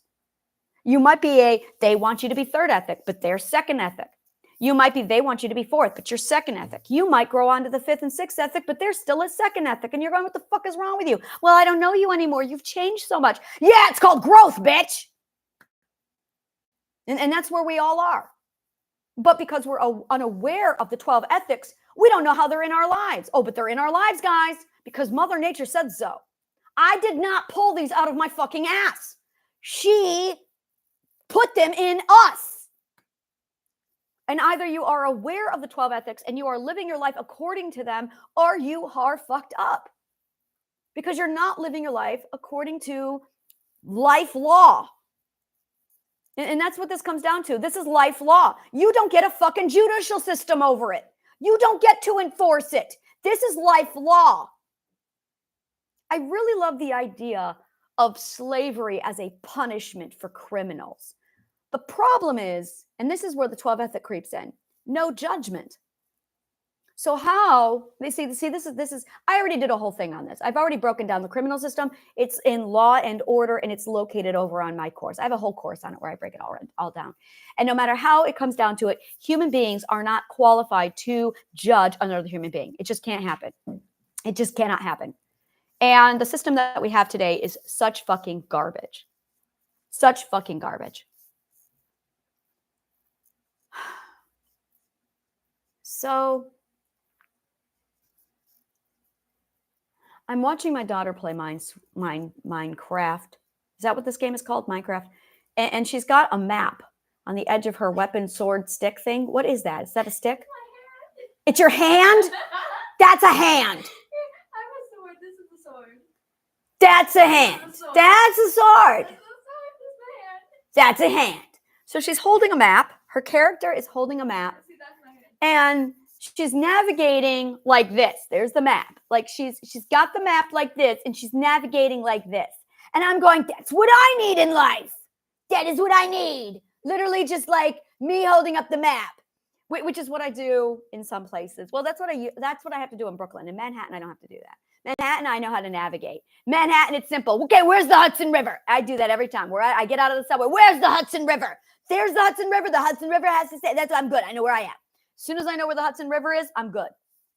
Yep, that's it. Hudson River. It's on my left, and I'm here, and that's okay, great. Now where do I want to go? Like I use everything I compare it to the Hudson River. That's it. That is how I navigate Manhattan. Where is the Hudson River? Yep, that is it. I always walk in Manhattan relative to the Hudson River.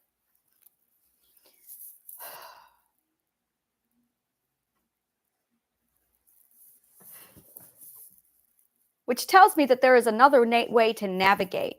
And I don't know how the fuck you guys do that. I only use relativity to an object. The Hudson River is pretty fucking solid. You can't move that around, so it's reliable. So I'm good with the Hudson River. But you guys, I don't know how you do it. People are like, oh yeah, I know how to navigate. How? How do you navigate without relativity? And I don't understand that. Once I learned relativity, I was like, oh, I got this. I know how to do this now. The problem is the sun moves. So that's the dumbest shit in the world.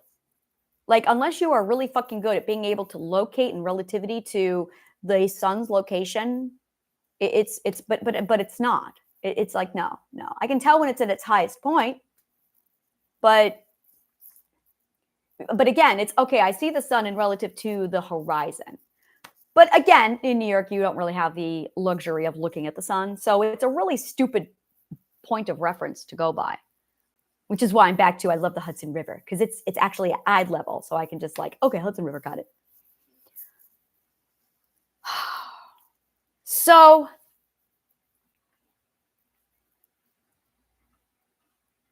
I'm like putting up this whole map in my head of what this will look like. And it's constantly fluxing it and moving it around what you guys want. So you guys make a wish and I make it come true. That's really what this is. You wish, I come true. Like, boom. You make the wish and I go as you wish. And I just grant your wish and I put it in place. Ethically. So you tell me what you want and I show you how it's done with the 12 ethics. And when I start to hear common denominators, I go, wow, all right. So that's really, really popular and really, really wanted. So that's what we need to do. And then there's this group of people now called the Neebs. Is that what they're called, Liz? Neeps? Neets. Thank you. Oh my God, I fucking love Neets. Neets are a group of people, mostly millennials and Zoomers, who boycotted the system. I fucking love you guys. Neets are the best thing in the world.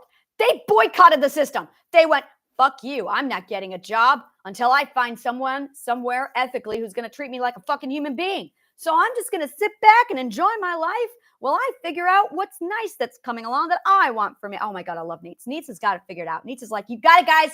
You are my people. So I am for the Neets. I am for the Neets. And I cannot tell you how much I love Neets. Neets. They are the people who've got life figured out. And in the Roman culture, we are told that we can't have this, that they're selfish. Fuck that shit. This isn't selfish. There is no such thing as selfish. So there is something, and this is what I've got to do. And I got to get out. God, I feel so disorganized. I fucking hate disorganization in my head. I can't stand it. I got to do components and sorting and organization now and labeling. I need all of my science to take care of my mess. All right. So what I see is like this ongoing, there's these words that people use. Like, and I have it. It's literally, I started this list a while ago. It's basically Roman bullshit. I'm going to call it Roman BS for now. It's words. It's banned God words. That's what I used to call it. Banned God words. The banned God words are words that if you use them, they'll shrink you or they'll grow you. Yeah, banned grow words is what I called them. I remember this now. It's been a long time since I've talked about this. So a grow word is a word that literally nourishes you. And a shrink word is a word that makes you small. And narcissists ban the grow words from our language. And they condone and they nourish the shrink words. Narcissists reward the shrink words. I'm going to be talking a lot about this in the future so that you guys know when you are using a grow word. And the problem is most of us have been banned from using the grow words, the nourishing words. So pride is a nourishing word. That is a good word. To be self-proud is a good thing. But narcissists ban this. Narcissists ban this. Emotion is a grow word. It's a huge grow word.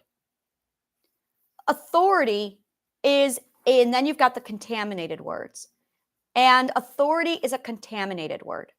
These are words that have been literally tainted by narcissism, so you don't know what they mean anymore. Truth is a contaminated word. Lie is a contaminated word. Friend is a contaminated word. Love is a contaminated word. Home is a true word. A true word is a word that remains true to its true meaning. It has not been touched. Home is a true word. But home is not a place. Home is an emotion. So you can use that word. Use home as an emotion. They haven't touched it. They have not touched it. That's a safe word. That is a true safe word.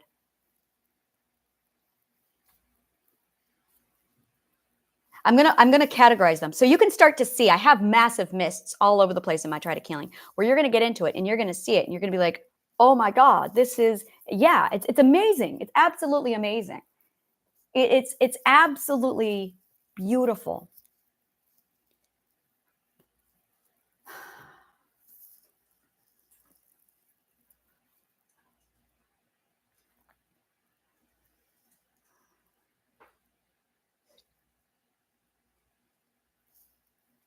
I had to teach all of myself this on my own over the last 2 years, just to break the spell and get out of it. That's how I broke the delusion, is I was able to find the grow words, find the true words, find the contaminated words. I was able to put all the words in the different grouping, and then I analyzed them.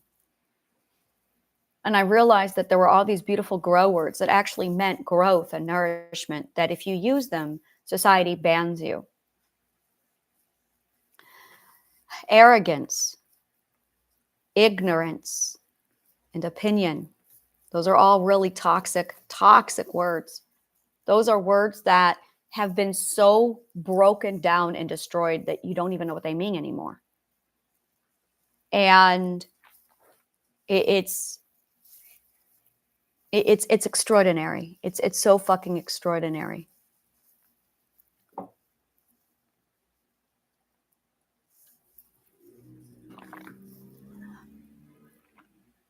You have people who parrot, and you have people who speak with authority. Authority is originality. That is what authority is. Authority actually means original. Author, original, authentic. The true definition of authority is original. So when you have an idiot parroting that they're an authority on something, do you see it now? They're there. The logic speaks for itself. Authority means original. That's why you're an author, because you're an original. But we stopped using the word original. So the word original, origin, is a true, that's a pure word. Pure word. That is a word that has not been contaminated. There it is. So when you start finding the original uncontaminated words, You can start putting them. I'm going to do a list. I've got to do a list on this. I'm going to put it on my website. It's going to go under my healing stones. So this is going to be on annashealinggarden.org. I'm going to go ahead and build this now. And you can go through, new page, the healing stones. The healing stones is where I like to drop anything that I'm working on, and it's an instant. You guys can go right there. So this is going to be grow words, or the list of banned grow words.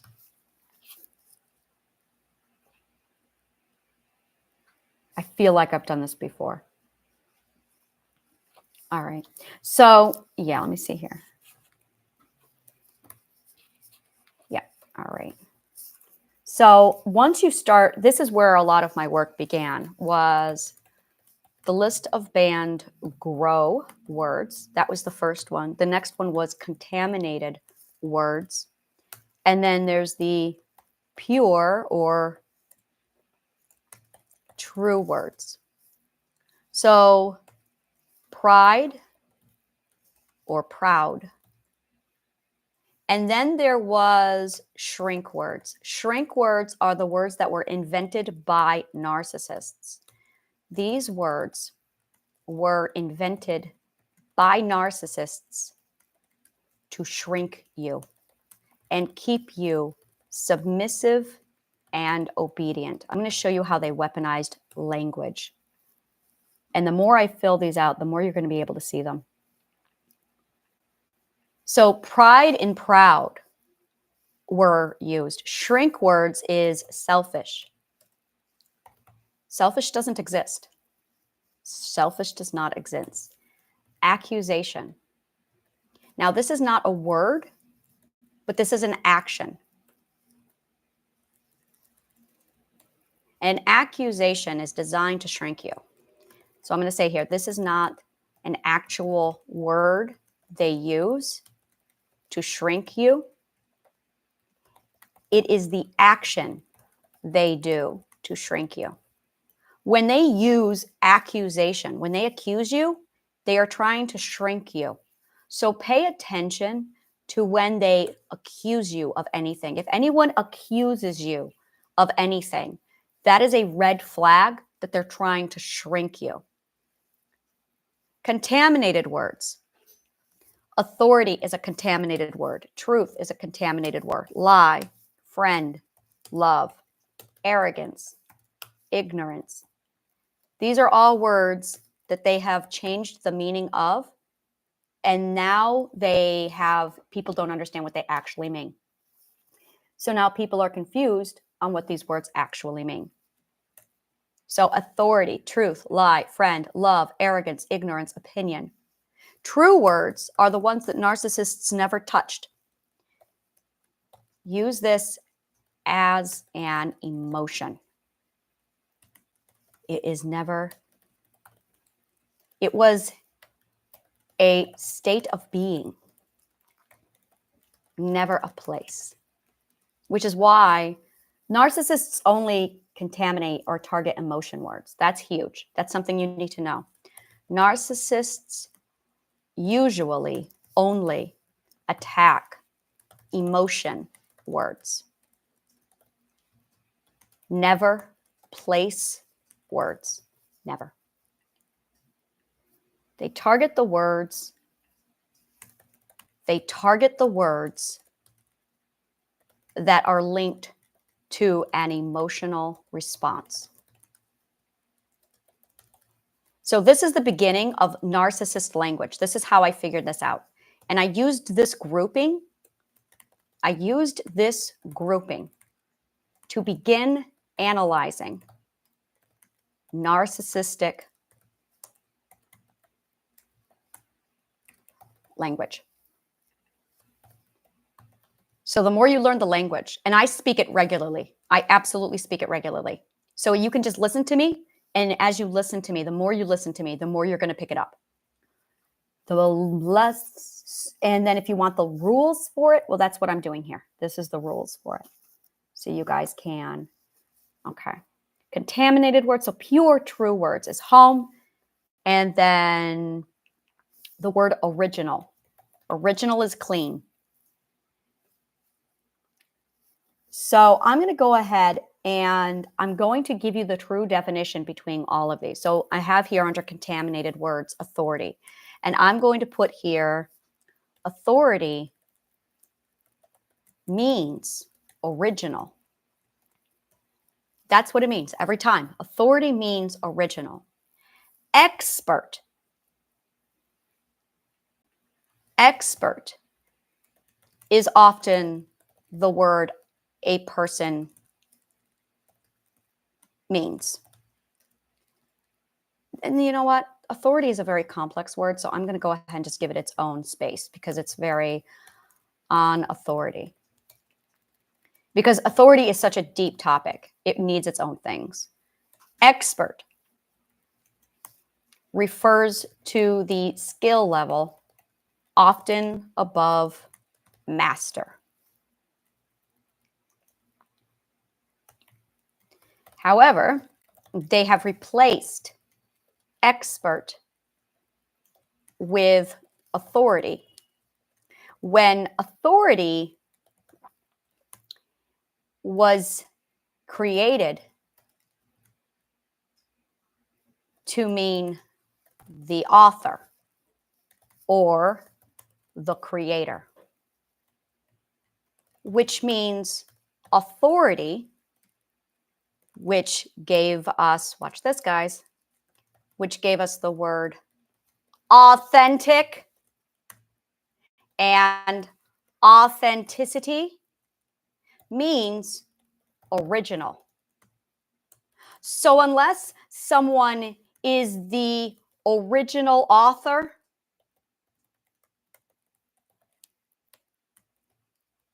they are not an authority.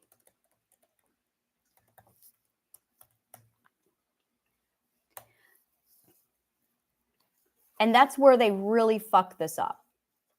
So then it's going to lead to the question, well, what's a teacher over a, what is that? What is a police officer doing with people? What is a prison warden doing over prisons? Now, I'm going to say this again for like the 8th millionth time.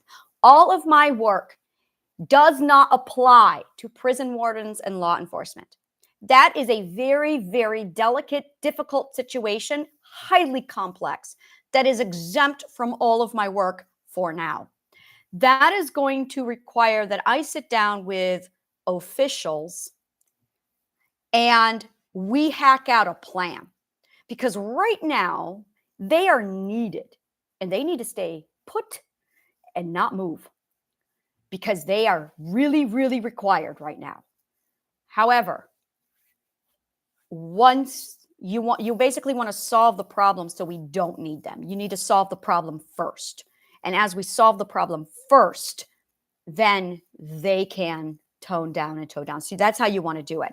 But they cannot be the first to back down. We're going to have problems if that were to happen. So they've got to, this does not apply to them. Everybody else, like teachers, parents, professionals, those are the big 3 targets here. Unless someone is the original author, they are not an authority. I am an authority on Pythagorean psychology. I am an authority on power economics and integrated mathematics because I fucking wrote the shit. So I am the author, hence the authority, hence authentic, hence original. So these dip fucks who are walking around claiming to be authorities, they're stupid on basic linguistics. You mean you're an expert. So now you get to question their expertise. Now we're talking about skills. So these dipshits are not skilled in linguistics, and it shows, because if they were, they would not be using the word authority. They would be using the word expert. I am a master at something, or I am an expert.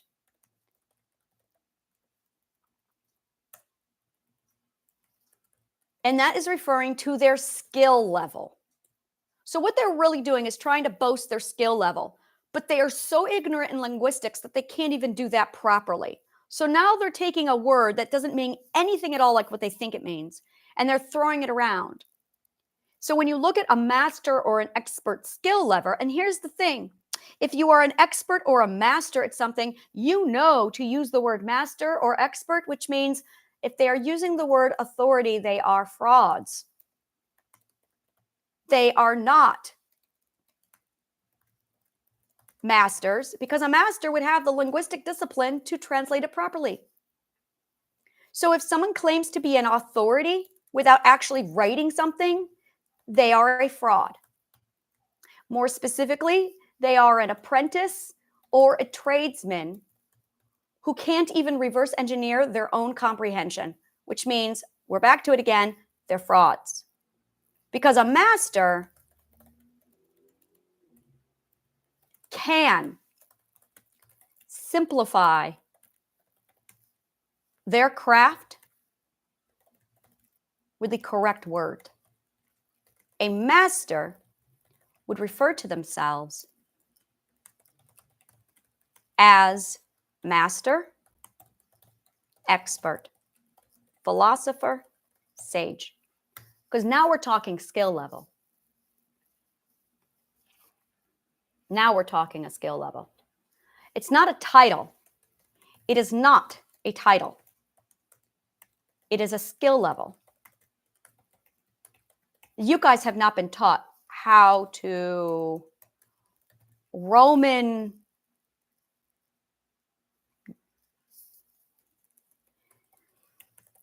people with Roman education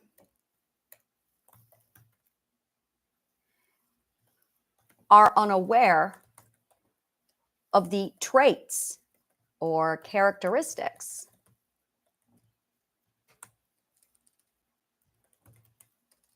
of, sometimes I feel like a scribe. All right, there we go. The skill levels. There it is right there. The skill levels are so foreign that people are not even aware of them. So master or expert skill level is not at all a title. It is a skill level. Are you a master at X? Are you an expert at X? I don't like to use the word expert because technically anyone who is master, philosopher, sage are all experts. So for me, expert is really vague. But again, this is where people don't understand. This is what happens when you have a tradesman doing the job of a master, because they don't understand. They're not able to articulate this at all. All right, so I'm publishing this, and then I'm going to add it over here. And now you can take a look at the list of banned growth words. And as I think of these and remember them, I will be adding it. And I know I already have several lists located in all different places. So I'm going to go ahead and add them. Oh, this is beautiful. This is beautiful. I'm adding it now to my list of banned grow words. All right. So Anna's recommended reading list, and then the list of banned grow words. That's under the healing stones. So the healing stones on my website, this is at annashealinggarden.org. The healing stones are literally like a massive milestone, a massive trump card that is required to go through the program. If you don't do these to go through the program, it's going to make the program so much harder for you. So it's absolutely beautiful. It's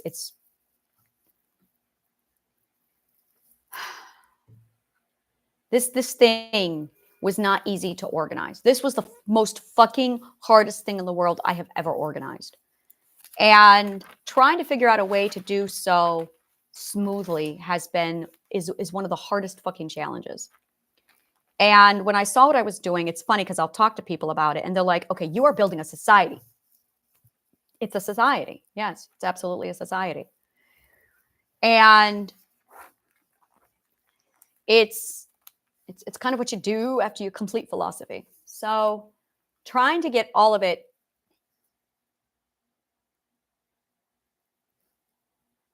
I cannot ignore this. I cannot. The logic and the science are too fucking solid for me to ignore it.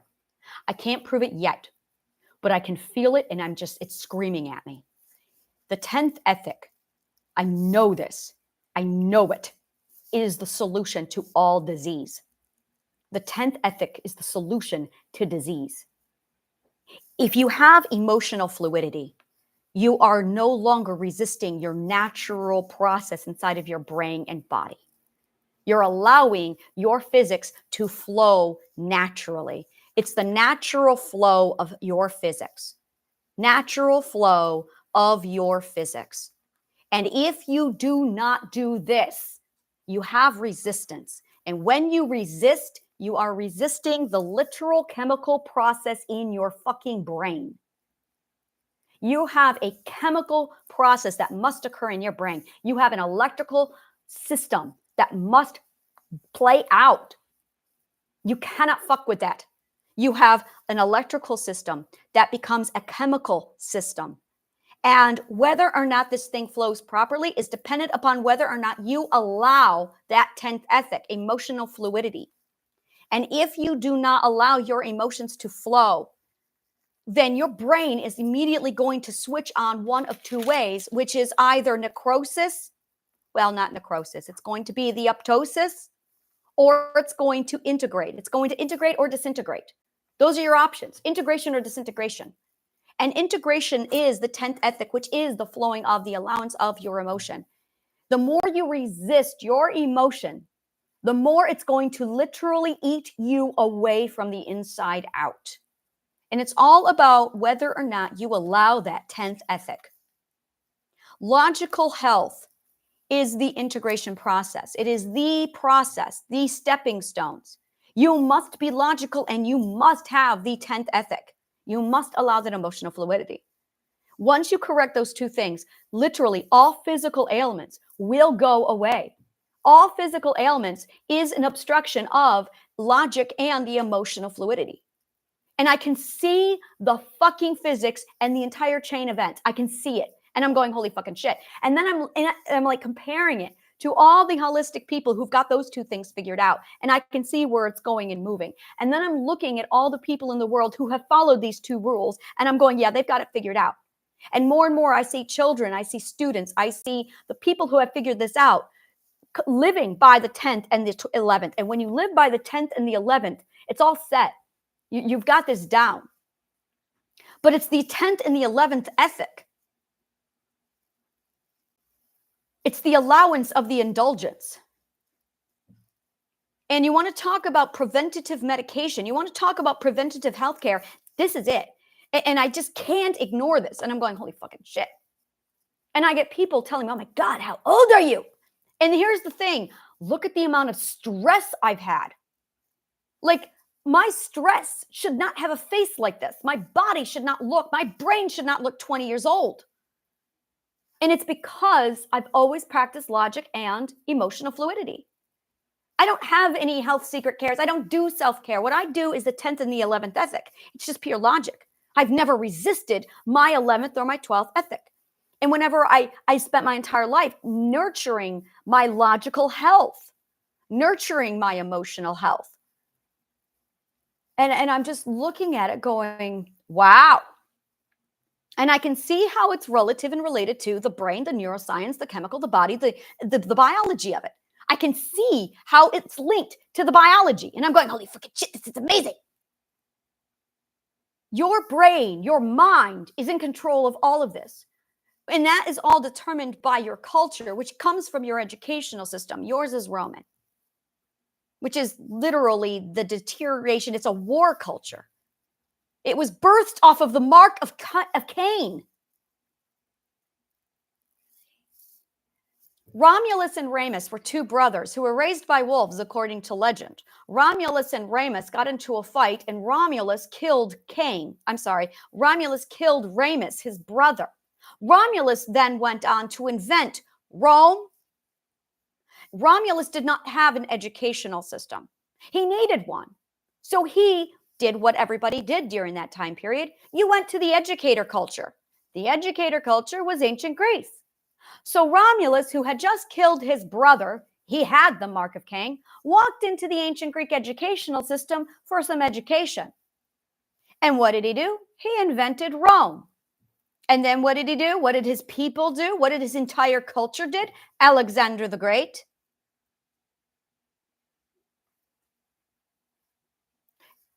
And then after Alexander the Great secured all of the Roman Empire, we know how that ended.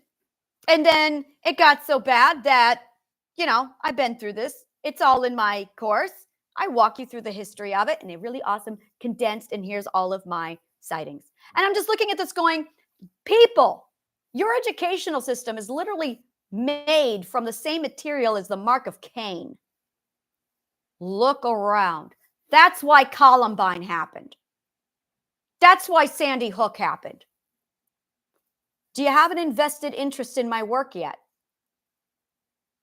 Like, I'm sitting here looking at it going, wow, you have a culture, an educational system that literally was made out of the same shit as the mark of Cain. And you wonder why your schools are being shot up. It's not rocket science. It's logic. But you don't have that in the mark of Cain school because the mark of Cain actually weaponizes logic. And if they teach that to you, you'll figure it out. So they literally disabled logic. And I'm just looking at it going, it is officially just a bunch of nonsense. Birthed out of the mark of Cain. It is a cancer. It's necrosis. Your educational system is pure necrosis. So I'm just taking a massive step back from all of it. And I understand it now. I'm going, oh, okay, all right. I'm just ancient Greek and you guys are all Roman. All right, I understand. That makes perfectly logical sense why the shit fest is going on. Rome is a shit fest. And I'm just... And the only fucking thing in our culture that's Greek are the Olympics. And I just want to take this massive hand and just slap you all and go, look at the Greek and compare it to the rest of the world. Shitfest Roman, ancient Greek. Shitfest Roman, ancient Greek. How can you not see the contrast? And that's just their games. Makes you want to ask the question, wow, what else did they have? A school system that produced things like Euclid's brain and Pythagoras and Christ and hello. That's the kind of education I want. Well, that's what I did. That's exactly what I did. I went, well, they got their shit together. I'm going to learn from them. Which was very Greek of me, which cracks me up. It was very Greek of me. Let's cherry pick the best of the best. Who are going to be my role models? Which is why you learn about the archetype. But a Roman dipfuck would learn about a Greek archetype concept and turn it into a hierarchical bullshit thing, because that's what the Romans did. So now I get to teach you Socrates from the Greeks' point of view. Socrates was trying to teach people about the need for a role model. That's what the archetype is all about. It is about your need to set the standard, which is what we talked about yesterday when Sherlock Holmes was my standard for logical comprehension. And I went, all right, this guy seems to know his shit about logic, so this is who I'm going with. So I'm there you go. So you want to put the standard for every single academic discipline. You want to be a basketball player? Michael Jordan. You want to be a rapper? Eminem. There's your standard. There's your standard. You want to learn how to dance? Gene Kelly, Bob Fosse. You guys call him Michael Jackson, but he's not an original. Bob Fosse, Gene Kelly. That's how you learn how to dance. That's how you learn how to dance. You want to learn how to sing? Freddie Mercury.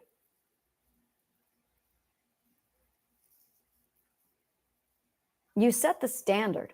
You define the standard. Without the standard, you're just going to be not achieving or growing anything. You have to aspire. And I love the word aspire. Aspire. See, this is it right here. This is it. This is it. I fucking hate inspiration. I fucking hate it. Inspiration does not come from me. It comes from you. Inspiration. This is why I had a lot of people who were like, oh, you've inspired me. You've inspired yourself. It's why I respect Tony Robbins, and I don't do inspiration shit. I have a lot of people going, oh my God, you really should do inspiration. And I'm going, fuck no, because I believe in aspiration, not inspiration. Aspiration is the ability to take something and aspire to become it. Inspiration is the opposite. It's when you are literally trying to ignite a fire under your ass without anything. You have to aspire to inspire. Inspiration is a consequence to aspirations, but you have to build an aspiration first. If you don't have an aspiration, you're not going to have inspiration. I read Sherlock Holmes, Hound of the Baskervilles. I fell in love with everything about that man and went, oh my fucking God, I want to be him when I grow up. And because I wished it, I became it, and thus I am. So I inspired myself with my aspiration to be Sherlock Holmes. So that was all I needed. I want to be like Sherlock Holmes. Boom, study logic. It's kind of simple. I wanted his brain in my brain. So when I saw his beautiful brain, I want that brain inside of my brain. And I put it inside my brain. So I did that by studying logic, by studying I studied Monk. Now I can't watch Monk because Monk is illogical to me. Yep.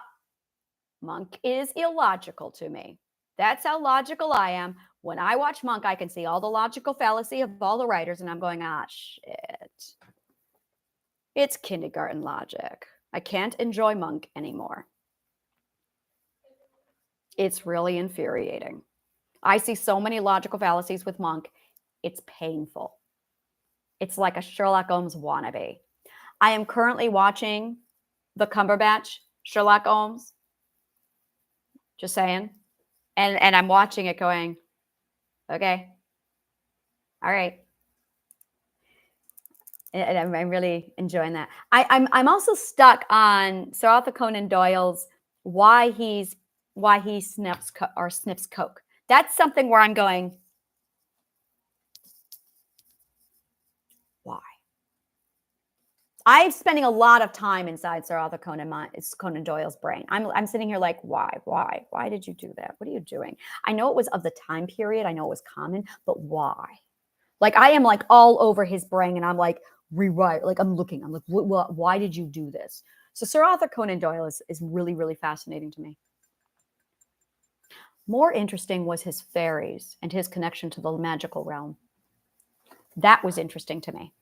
I remember studying that. It was right after I was studying Sherlock Holmes, and then I was studying Sir Arthur Conan Doyle, and then I got into Doyle's fairies, and I'm like, wait a minute, why are you poking around in the magical realm? And it wasn't just the magical realm, it was the Irish magical realm. And I'm going, dude, what the fuck is going on with you and fairies? Like, it's really, really interesting to me. And I mean, like, there was a lot. I opened up that box and I went, there is something here. So I set that over there and I left it, and I have not been back to it yet. I really should revisit that.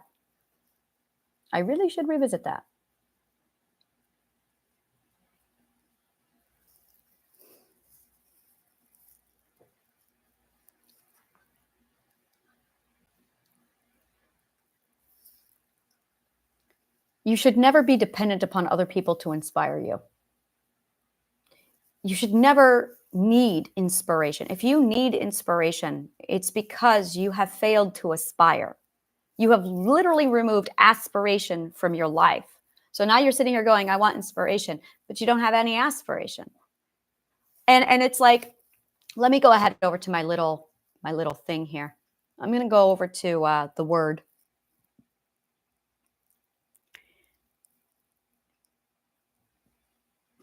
Because this is it right here. I want to call this something. Let me hit edit page. I want to really, it's something, and I don't quite know what it's called, but I almost want to call them forgotten words in our culture. Forgotten words. And aspire, it is very much a forgotten word. And that's something that really just bothers me. I'm like, why are we forgetting these words? Aspire or aspiration. And it blows my mind away. It's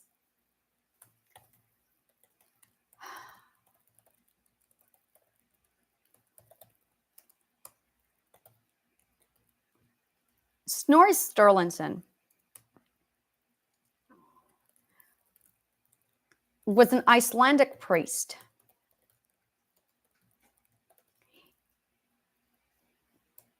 In the 12th century.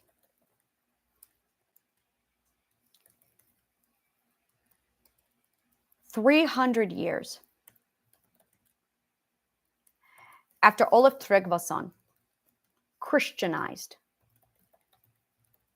Norway, the Norse mythologies were forgotten.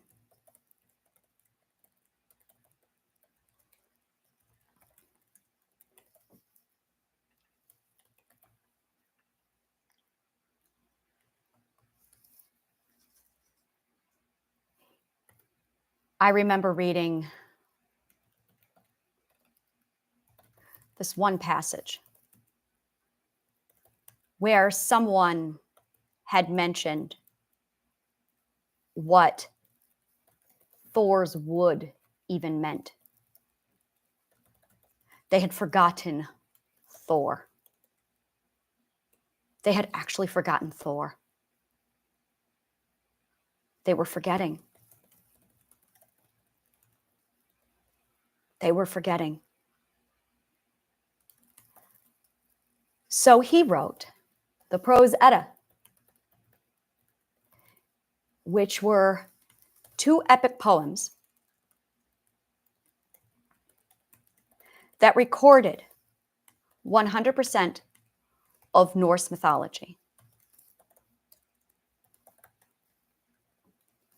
They are the only source of Norse mythology.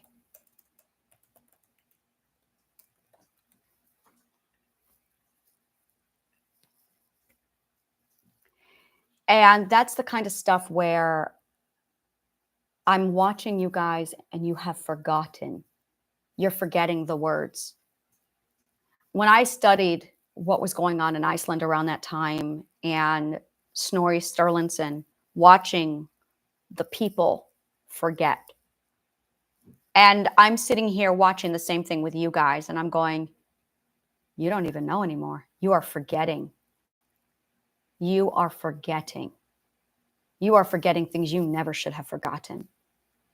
You are forgetting so much that you are forgetting who you are. You don't know who you are because you have forgotten that much.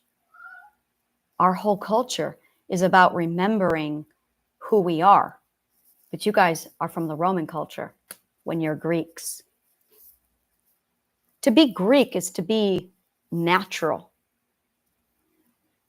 That's what the Greek culture celebrated. Natural authenticity. And you don't even remember that anymore because you're Roman now. But Rome never prized education. They didn't value it. They declared war on education. Your educational system was invented by people who destroy art. Your educational system was invented and created by people who declare war on education. And you all are a product of that mindset. And I'm just going, so I wrote Triadic Healing and I wrote my books to remind you what you are forgetting, just like Snorri Sturluson did, because you guys don't remember. And I'm just going, wow. I am in touch with, I am currently talking to Project Gutenberg. They've agreed to collaborate. And Project Gutenberg is going to be the official library of Alexandria for the Healing Garden. We are adopting them. We are funding them. And we are 100% giving you every fucking book in the world for free. And there's going to be people going, what is that? I'm an author. I am an author. I am an artist. There is no price tag for knowledge. There is no price tag for art. There is not. Now, whether or not you ethically agree is, I'm going to ask you this. First of all, completely remove any need for money. And if you can't do that, well, you shouldn't be here. This is Triadic Healing Part 5, and you need to go through Triadic Healing Part 1 and 2 before you should even be here. So if you're here with an opinion, you shouldn't even be here. That being said, There is what it should be, logically, and why, and then there is what is. If you keep aspiring to be what is and to preserve what is, you are a Roman. In the Greek, we ask the question, what should be? And then we ask, now how do you ethically get it? And it is a fact, a huge fact, that art, books, and knowledge are so fucking important to our culture that they should be free. Housing should be free. Food should be free. Mental and medical health care, medicine should be free. And my agenda is to get these things all to you for free. No discussion. Stone soup this fucking shit, people. And if you want to stone soup this shit, it starts with artists who are willing to say, this is so priceless that it has to be free. Because the minute you start hoarding knowledge and charging people, you have violated the 12 ethics. You have started necrosis process on yourself. It doesn't work this way. The Greeks knew this. You did not have a monetary price if you wanted to get your ass into any of the schools. The only price was the prerequisites for learning. There are stages of learning. There were stages of learning, which is why 100% of my material is free. It's because there are stages of learning. You don't get to unlock it by paying your way to the top. There are no grades. There are no evaluations. There is only your behavior. So there is your behavior, and that is the only fucking thing that you can use as testament to your ethical integrity. There's nothing else. There's your behavior. That is going to be the metric for your ethical integrity. Somebody has to vouch for you. That's it. Somebody has to vouch for you. And then we get to observe you and watch your ethical integrity and your behavior. And if you pass, you move up. If you fail, you don't go anywhere because you got a lesson to learn. You can't buy your way through the system. And in order to pull this off, you have to understand that the nourishment of the self, of the human, of knowledge, art, and books is mandatory to be free. Because the moment you start putting a price on these things, you lock people away from much needed knowledge.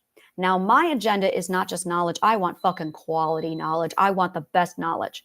So on my website, HMS Alexandria, I have accumulated the very websites I used when I did my research. These things were so valid that I did not have to, there were never any errors. They were pure logical accuracy. Ancient texts, Wikipedia, Khan Academy, the Gutenberg Project, and Food Timeline. I never, one time in all of the years that I have studied under these, one time I found a logical fallacy. Once. And they corrected it. I checked. So I'm sitting here looking at this. They had confused Olaf II, Saint Olaf, with Olaf Tryggvason. That bothered me. That they're two different people. One was born in the year 995 CE, CE. The other one died in the year 995 CE, and they had confused them as the same person at one point. That's the only logical fallacy I found in the entirety of all of those, because they're true. So understanding how to navigate education, understanding why we have education is vital to understanding why we need it. And this is a lesson that you were never taught. And it is the only lesson you are taught in the ancient Greek educational system, is why you need to learn, how to learn. This is so fucking vital to understanding everything that is human. You need to learn because your brain, your mind only grows, nourishes, and functions on learning. If you're not learning, you are dying. You're going to get sick. You're going to get cancer. You're going to fall apart. You're going to disintegrate. If you are not learning, your mind is going to shut down your entire body. Learning is growing, loving, truth. And the process of learning is broken down into your logical truth and also your emotional fluidity. You need the epiphany hormone, which cleans everything out. I cannot explain that enough. You require the epiphany hormone. It doesn't matter if you're a genius. If you're not learning, it's all moot. It doesn't matter if you're smart. If you're not learning, it's moot. You must have the epiphany hormone to flush out your system. It's literally like you have oil and you keep pouring oil in the car. Oh, you're going to love this analogy. Here we go, guys. Some of you have never put oil in your car. Those would be your first perspectives. You've never put oil in the car.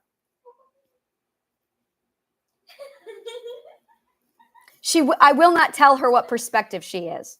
I will not tell my daughter what perspective she is. I will not tell my children. They've got to figure it out. They have got to figure out what their perspective is. So she says things to me all day long, trying to get me to reveal it. Like, what perspective am I? What perspective? And I won't tell her. I'm like, you have to figure that out. You've got to do the work. So I'm sitting here going through the car oil analogy, and she goes, what about me? Which is her way of going, what perspective am I, Mom? Sneaky. Kudos. No.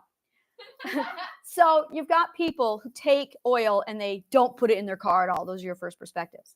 The second perspectives put just enough to get them there and no more. The third perspectives hoard all of the oil, but they never actually put it in their car. So the third perspectives are those assholes during COVID who had garages filled with toilet paper to sell to everybody else. But they never bothered putting it in their own car. The fourth perspectives decided to start a siphoning process of, okay, we need to make sure everybody gets the right amount of oil, and you need to do it precisely this way. And what are you doing? You're fucking it up. Those are your fourth perspectives. Your fifth perspectives have figured out, oh, I got to put this in the car. So your fifth perspectives are putting it in the car. Very good, fifth perspectives. They finally got the oil in the car. Woohoo! So there you go. The fifth perspectives have actually got oil in their car. The sixth perspectives are making sure everybody else has oil in their car, but never them. God forbid they do any more. I have enough. Now it's making sure everybody else has oil in their cars. So the six perspectives are buying from the third perspectives, walking around pouring everybody's oil in everybody else's car, but they are not actually putting oil in their own car. They have decided that they are going to be the last person. And then their car fuels out and they die and they sit in the oasis telling everybody how great they are. The seventh perspective says, fuck you, assholes. I'm going to go do car maintenance now, and I'm going to take care of my car, and then I'll worry about you. But me comes first. I love you, but you also need to be doing the same thing. You need to all take care of yourself. So the seventh perspectives have actually got shit started to get figured out. Started to get figured out. So if you're a seventh perspective, good, you're at stage one. There you go. Seventh perspective is stage one. They're the ones who went, oh, I need to be the car maintenance person. I need to not rely on anyone else to maintain my car. Everyone needs to learn this lesson. But look at all these other, okay, I'm going to go take care of my car now. So the seventh perspectives take care of their car. The eighth perspectives go, all right, I've taken care of my car. I'm going to tell it on a mountain and tell everybody else how they need to also take care of their car. That's what you do at the eighth perspective. You tell everybody how they all need to take care of their car. At the ninth perspective, you got someone walking up to you saying, I've taken care of my car, and look what I've got. Jumper cables. You want to go for a ride? And it's literally, oh my God, this is so literal in the abstract. That is literally what the ninth perspective does. They show up with the jumper cables and goes, hey, if I hook up my battery to your battery, we can actually go places. So there's the ninth perspective.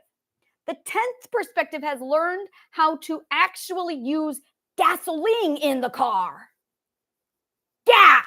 The 10th perspective is like, if you put gas in this thing, think about where we could go then. And the 11th has decided, oh, look at this.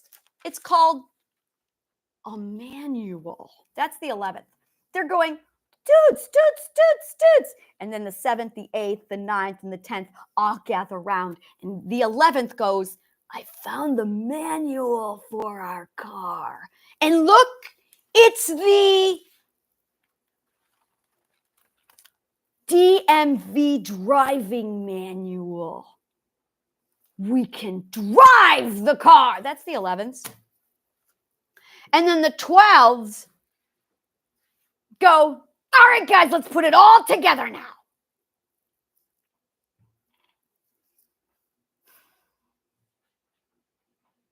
So that is the 12 ethics with oil in the car analogy. There you go. Most of you are at the 2nd, 3rd, 4th, 5th, and 6th. And I'm just going,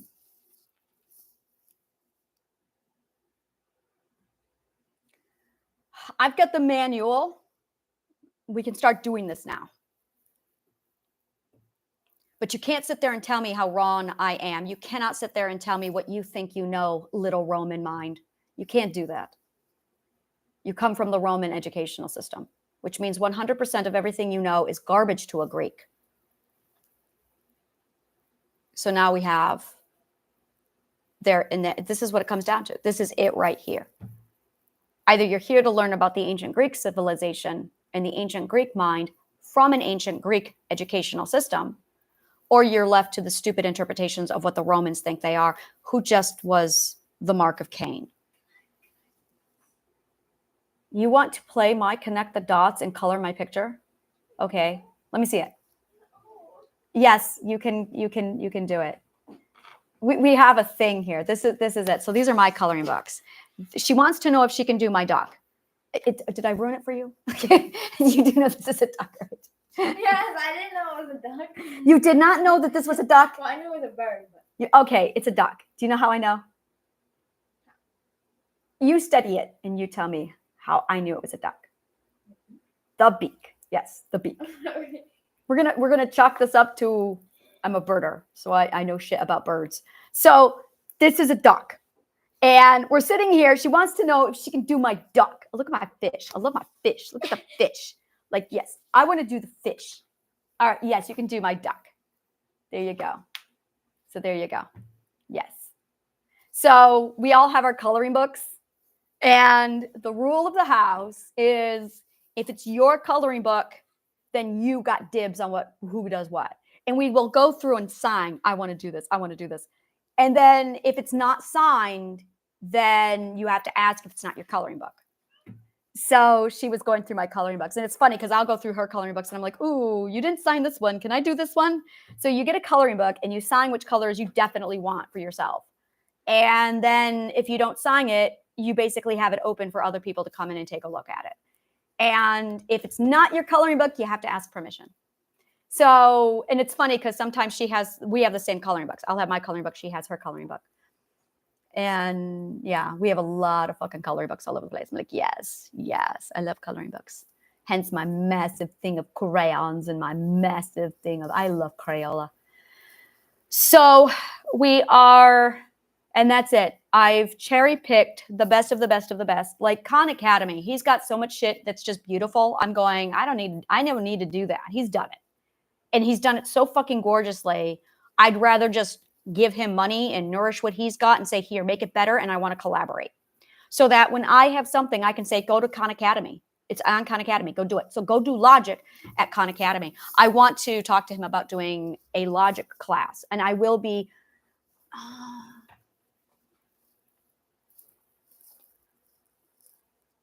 I don't know if I want my courses on his website yet. I don't know. I probably eventually. Yeah, I think eventually I would love to have them in Khan Academy. Like I said, as long as, I mean, it's already done. But again, he's got the whole, this is the curriculum. How to navigate his curriculum, that's what Plato does. That's what I do. So I'm more of the big picture of this is education, this is civilization, and this is mental health. There really is no subject for this. This is something different. So, and this is one of the problems I have. Lizzie, could you please get me another notebook, honey? You don't have to. You can say fuck off. You're through another notebook already?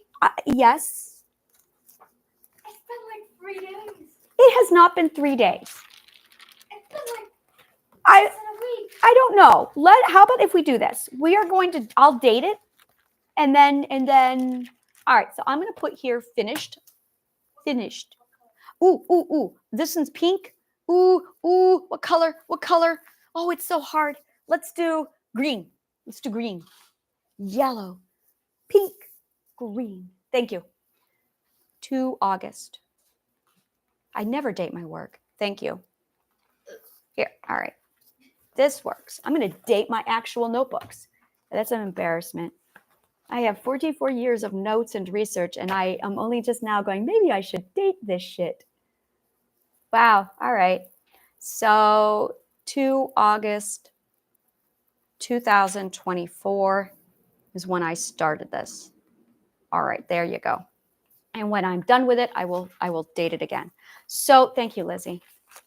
So here is what I'm thinking.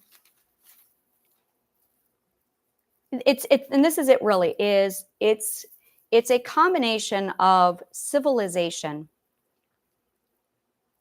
education, and mental health. These three things are so fucking intertwined and braided. They are the same thing. I cannot begin to tell you this enough. These are synonymous. And this is, and the ancient Greeks knew this. The ancient Greeks knew that your education is your mental health, and they're the same thing. So it got integrated. So in the ancient Greek culture, they're not separated. Your learning is your mental health, which means if your psychologist doesn't know jack and fucking shit about education, which means if your teachers don't know jack and fucking shit about psychology,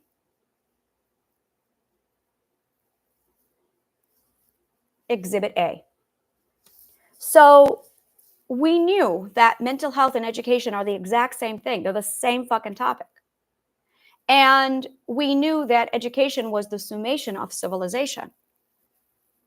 So that everything stems from your educational system. Your educational system is literally there is nothing higher than your educational system. Your government is not higher than. Your government is your educational system. But your educational system needs to be teaching your government. Or are you guys dumb? Are you good? Do you guys have your government teaching your educational system? That's nice. That's cute. All right. So you have politicians putting together your educational system. Yeah. The Senate was separated from the philosophers in the ancient Greek. That they did that on purpose. There was a big reason why they did that. Big fucking reason why they did that. You don't ever let a politician run your educational department. What that is the dumbest fucking thing I've ever heard of. So stupid. So we have educators, we have philosophers. Philosophers were in charge of our educational system. Pythagoras was in charge of our educational system. So my education came from Pythagoras's brain. And you probably don't know this, but he was a fucking genius. He was like the genius of geniuses. He's the dude who went, look, music theory. This is called the circle of fifths. It's got 12 cycles on it, just like the clock. Because he saw something. Look at that, 12 astrological signs, and he started combining them. So did I. It's really fucking cool. When you take the circle of fifths, and you take the horoscopes, and you take the clock, and you take the 12 ethics, and oh, look at that, they match. So when you do that, you start to see shit. Pythagoras saw shit. I saw shit. You dipshits would go, oh my God, you're delusional. No, it's called physics. So Pythagoras built the educational system. And it was this understanding of, okay, let's combine it all into Plato's point. Plato's point is the seed. It is the seed of civilization. It is the seed of knowledge. It is the ability to simplify things down into a seed. A seed is the simplification of society. It is the simplification of DNA. A seed is the simplification of DNA, which is birth or life code. So you have life code, a civilization. You have life code, a person. You have life code, a plant. Life code, a genus. But for a civilization, that life code is the educational system. So you want a seed that literally condenses all of that into a single, simple educational system. That is what Pythagoras invented. That is what he built. That is what Plato built. That is what they then went on. That is what a university did. And it wasn't a competition. It wasn't, you have Aristotle's school over there, you have Plato's over there. There were many universities like that all over the place. So you had to choose which school of thought did you want to subscribe to? Which educational system did you want to walk away from? This is really what you're doing when you're choosing a college, is you are choosing a mindset. The problem is they're all just more Roman mindsets. They're just variation of Roman mind. So when you're under the Roman mindset, you're fucked. It's just a variation of Roman Mark of Cain garbage. And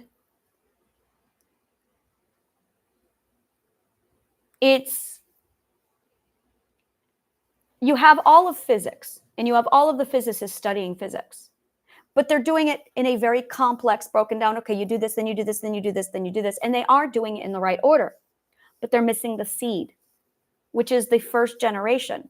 You're supposed to open the first generation and then the second generation and then the third generation and then the fourth generation. And as you break down and reverse engineer from the first generation, you're learning. And then when you find all the components, then you integrate them back up and you get down to the, okay, now we're going to go 10th generation, now 8th generation, now 7th. So it's literally equivalent to, I have a radio. I'm going to take apart the radio and break it down into all the components. I'm going to look at how it works and then I'm going to put it back together again. So you reverse engineer and then you reconstruct. You start at a single point and then you reverse engineer and then you deconstruct and you're back to the beginning again. That's Plato's point. So it's Plato's point, reverse engineer, reconstruct, you're back to Plato's point. That is the logical code for life. Cell mitosis, you begin with one cell. It breaks off and splits into two parts, which then become four parts. Now you're looking at the genealogy tree. And when you start integrating the self, you integrate it back into the self, and then you have one self. And then you find a partner, and you're back to, you integrate into the parent, and then you create children, and then it breaks down again. Plants do this when they have their one cell mitosis, and then it divides into two cells, and then 4 cells, and then 8 cells, and then 16, until it finally compacts itself right back down into a single sperm or a seed, and the process repeats. This is life. And your mental mind works in the exact same pattern. Your mental health works in the exact same pattern. Your learning works in the exact same pattern. This pattern is vital to all. There is nothing else. It is the point. It is the integration. It is the reverse engineer. And then it is the integration back into the one. But you're supposed to start at one. You're supposed to start at point one, and then you're supposed to break it down, disintegrate it, and then integrate it. So it's disintegration, integration, point. Over and over again. No matter what you hand me, I can show you that pattern. That pattern is the 12 ethics. The 12 ethics starts with one thing, love. And then you break it down into the 4 cardinals, which is value, justice, empathy, forgiveness. And then from there, it breaks down into the 12 ethics. And then you recombine them into the 4, and then it becomes the 1 again. So it's 1, 4, 12, 4, 1. Same thing. Same thing. The 12 ethics are the reverse engineering. Fibonacci sequence is the reconstruction of it. That's the scar that it leaves. That's the shadow that it leaves. Again, 1, the reverse engineering, and then the deconstruction. Every skill, every tradesman starts with the 1, they break it down, and then they reconstruct it, and then it's 1 again. No matter what you have in life, it follows that pattern.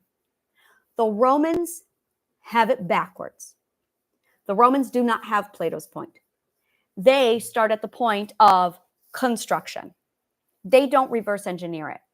What they do is they hand you the broken radio and all the components, and they say, here, put that together now. That's why you're all fucked up. That is why you are all fucked up, is because you have this formula destroyed. You have broken this formula. That's why you're all fucked up. That's why you have mental illness. That's why your educational system is shit. That's why your economy is failing, because you fucked with the life code. The life code is Plato's point, reverse engineer, reconstruct Plato's point. You fucked that up. Your educational system fucked that up. Gives you the components, constructs it chaos. You can't even get through that because you are learning out of order. because you don't know about Plato's point. And every fucking thing, cancer has this problem. Necrosis has this problem. Criminals have this problem. Mental illness has this problem. Every single one of you. Romans have this formula fucked up. The ancient Greeks had this formula mastered. It all comes down to these 4 points. 1, 3, 2, 1. That's the formula. 1, 3, 2, 1. Your 3 and your 2 are reversed. That's your problem. You've got your 1, your 3, your 2 all out of order. You guys go 1, 2, 3. That doesn't even make sense. You got to know integrated mathematics in order to understand that. You don't have integrated mathematics because you never studied integrated mathematics. You've never heard of integrated mathematics. But integrated mathematics is what cell mitosis follows. It's what plant fertilization follows. It's what the Fibonacci sequence follows.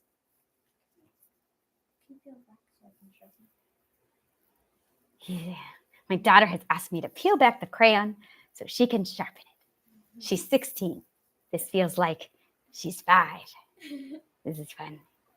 I'm peeling back a crayon so she can sharpen it. Is that good enough? A little more. God, this takes me back. Crayon surgery. It's like a mother thing. Mom, can you do crayon surgery? Why am I doing this? You should be doing this. You should be learning. I don't have nails, so you're using me. You're using me. We can do this. Yeah. There you go. All right. Yeah, I remember this. This is like nostalgic for me. Like, yes. Ooh, she's got a crayon sharpener in the back of the box. My 16-year-old colors with crayons. Do you remember when those came out and we were like, oh my God, we get to color? That's a clue. That's a clue at how much you need to be a kid. Yeah. No, we went nuts over the coloring books when they came out. My sister was coloring in coloring books before adult coloring books came out. I do field trip for adults. That's one of the things we do in our playground. We do field trips for adults. I do kindergarten for adults. That's one of the things that I have coming. Kindergarten for adults. It's coming. I just got to get there. It's in the future, but I got to go through a series of order of operations inside of my brain in order to get to that mindset. So this is one of the order of operations in my mindset in order to get me there. I can't just be there. I got to go through the process. So this is me going through the process. So I'm sitting here going through Radical Global Healing Plan every day with you so I can get my brain closer to this mindset so I can go play. So that's why I do what I do. I have to walk you through the process. Now I'm already there and I'm going, let's go play. I can't go play until you come with me, but you can't come with me because you're at a different stage of growth. So I want to go play. So that's coming as soon as we get through all this stuff. But you got to understand what an educational system does first. You've got to understand why it's so fucking important that you learn. You've got to understand why your educational system is garbage. And until you understand that, we're not going to go anywhere because it's the problem. And when I found this gorgeous little formula, which is logic, it went, oh my God, the whole fucking world makes sense. So here's how integrated mathematics works. You're going to be those persons. There's going to be those people who like scream at me about my math. But watch this. 1 + 1 = 1. Okay, we're going to prove it. Mom, dad, you. That's 1 + 1 = 1. You are the integration of your parents. Your parent is actually 1. Your parents should have been integrated to the point where they are 1 parent. So 1 parent with 2 people, now you got 3. So 1, 3, and then you get 1. And now you've got the 1, and you're 1 again. You make up, it's you have 1, and you integrate and become 1 parent. When you integrate to become 1 parent, that's when you get, the mother becomes pregnant. So then you have 3. The problem is you guys aren't integrating when you're parents. Beautiful job with the duck. It looks beautiful. I know the proportions are off. It's because it's a cartoon.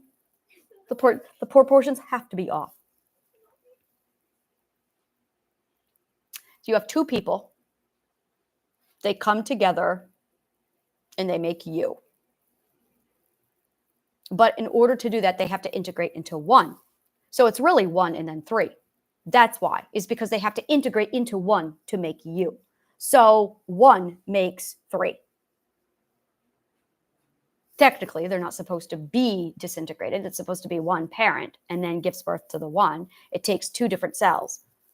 So the reason why it's down to the two is because, again, it's one. It's integration mathematics. It's very different. 1 + 1 = 1. It's like James and the Giant Peach. James and the Giant's Peach. Have you ever wondered how that got to be one big apple or one big peach? It's because they were integrated peaches into the one peach. That's how cells work. So there's the integration and the disintegration. The math works completely different. And I noticed this process constantly.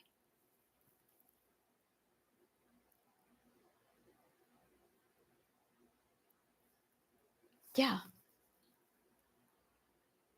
The two have to integrate into the one to make three. The two have to integrate into the one to make three.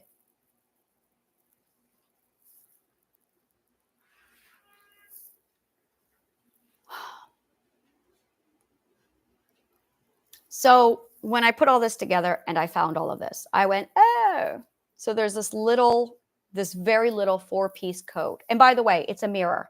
So when you take the code and you cut it in half, you have a mirror to it.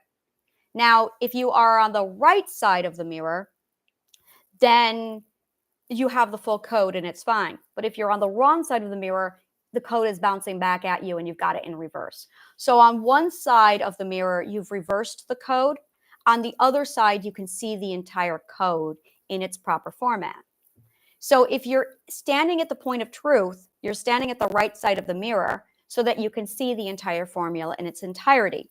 If you're standing on the wrong side of the mirror where you don't have truth defined, then that formula inverts. And that's the problem, is your formula is inverted. Your formula is inverted, which is now why you're all parroting from mimic mirror repetition responses, because your mirror is inverted. Your formula is inverted for life. You have an inverted life formula. That is your diagnosis. You have an inverted life formula. So now I'm looking at you going, okay, you come from a place where your life formula has been inverted because you're on the wrong side of the mirror. That's what happens when you copy. That's why you cannot be a copy. You have to be an original. So you have the original side of the mirror or you have the copy. You guys come from the copy. I come from the original. The original is the ancient Greek educational system, which was copied from life itself, which is the original. You guys came from a copy by a bunch of idiots who didn't know how to use the copy machine. So your formula has been inverted. So you're following the inverted life formula, which literally is disintegration, because, well, that's what you've got. So once you understand that all of life revolves around this life formula, and it has to follow this very precise pattern, no matter what you do, no matter where you go, no matter everything. So I'm going to show you how this applies to the dating world. In the real world, in the ancient Greek world, your Plato's point is the introduction. It's the networking. It's the very first connection of, hi, how are you? And then from there, it opens and it follows a precise order of reverse engineering. And then when you reach that point of full components exposed, then you start the construction. The construction process is when you enter into a romantic relationship. But you have to start with the point, Plato's point, and then you have to reverse engineer friendship to get to know the person. And then you enter the romantic, which is when you construct the relationship into an integration of one. None of you are integrating into one. A parent is a single. It should never be a couple. You should never be a couple. That means you've gotten it down to two, but you have to integrate it into one. You should have one parent between the two of you. The couple is supposed to integrate to become the parent so that the parent is singular. That way, the child isn't confused and you guys aren't divided. To go to one parent is to go to both parents because you're integrated. If you were those dipshits who said, go ask your mother, oh, well, you're disintegrated. You never integrated into the single parent. What are you doing? Now the child's confused. Now you have disintegration. So this is the first way you fucked it up. The second way you're fucking it up is in the dating game, you completely remove Plato's point. You completely remove the reverse engineering. Now you're showing dick pics. Now you're calling each other friend when you've only known each other for like 2 minutes. And this is what happens when you start the romantic process before Plato's point. So instead of doing Plato's point, the reverse engineering, and then you could start the construction of the romantic, you go right to the construction of the romantic. Because for you, the formula looks like this. This is what you've done with the formula. That is what you have done with the formula. That doesn't work. That does not work. That is literally disintegration. Well, that's construction. And then you join and then you deconstruct. That's why everything you do falls apart, is because you are constructing and then you join and then you deconstruct. That's not how it works. You've got it reversed. The formula is supposed to be a single, and then you reverse engineer. And that is the process of learning, which is literally learning. And then there is, that's stage 1, stage 2. Stage 3 is going to be the reconstruction. And that's when you get comprehension. That is the point of comprehension. And then you're back at the single point again, where you've integrated all of the knowledge into the self. Let me see if I can do that. There you go. So stage 1 is your single, you're the integrated self of 1. And then you reverse engineer it with learning. That's when you break it down into the components. And then 3 is the reconstruction, which is the actual comprehension process. And then you are back to the beginning again, where you are the integrated self with the knowledge. So you are integrating the self with others. This is the integration process. This is logic. This is literally the code of all logic. Everything follows this formula.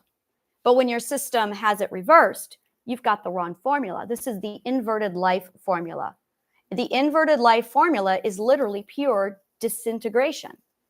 The integrated life formula is disintegration. So what you have is the disintegration formula, compliments of your Roman education, because they didn't know anything about the educational system.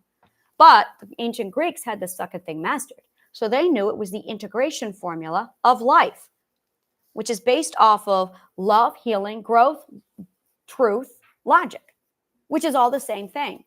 Are you feeling it? Well, that's love. Are you in it, doing it? That's logic. Are you learning? Great, you're actually applying it. Have you accomplished it? Great, that's truth. That's what all of that is.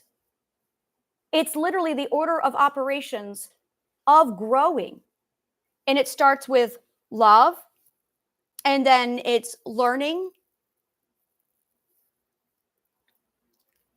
which is also healing, which is also growing. And then you arrive at truth. And this entire process is called logic. So logic is the love, learning, healing, growing, truth process, based off of this formula of the integration of the life formula. And that code is in everything. It's in your DNA. It's in your diseases. It's in everything. You are either living by the inverted life formula, disintegration, or it is the, and this is it. When I looked up astosis, oh, what's the word? I got to look up the word. I got to look at it again. Apoptosis. When I looked at apoptosis, I went, oh my God, apoptosis is just the inverted life formula. It's disintegration. Apoptosis is just disintegration. Well, I know what to do. They need to invert that so that it's the integrated life formula.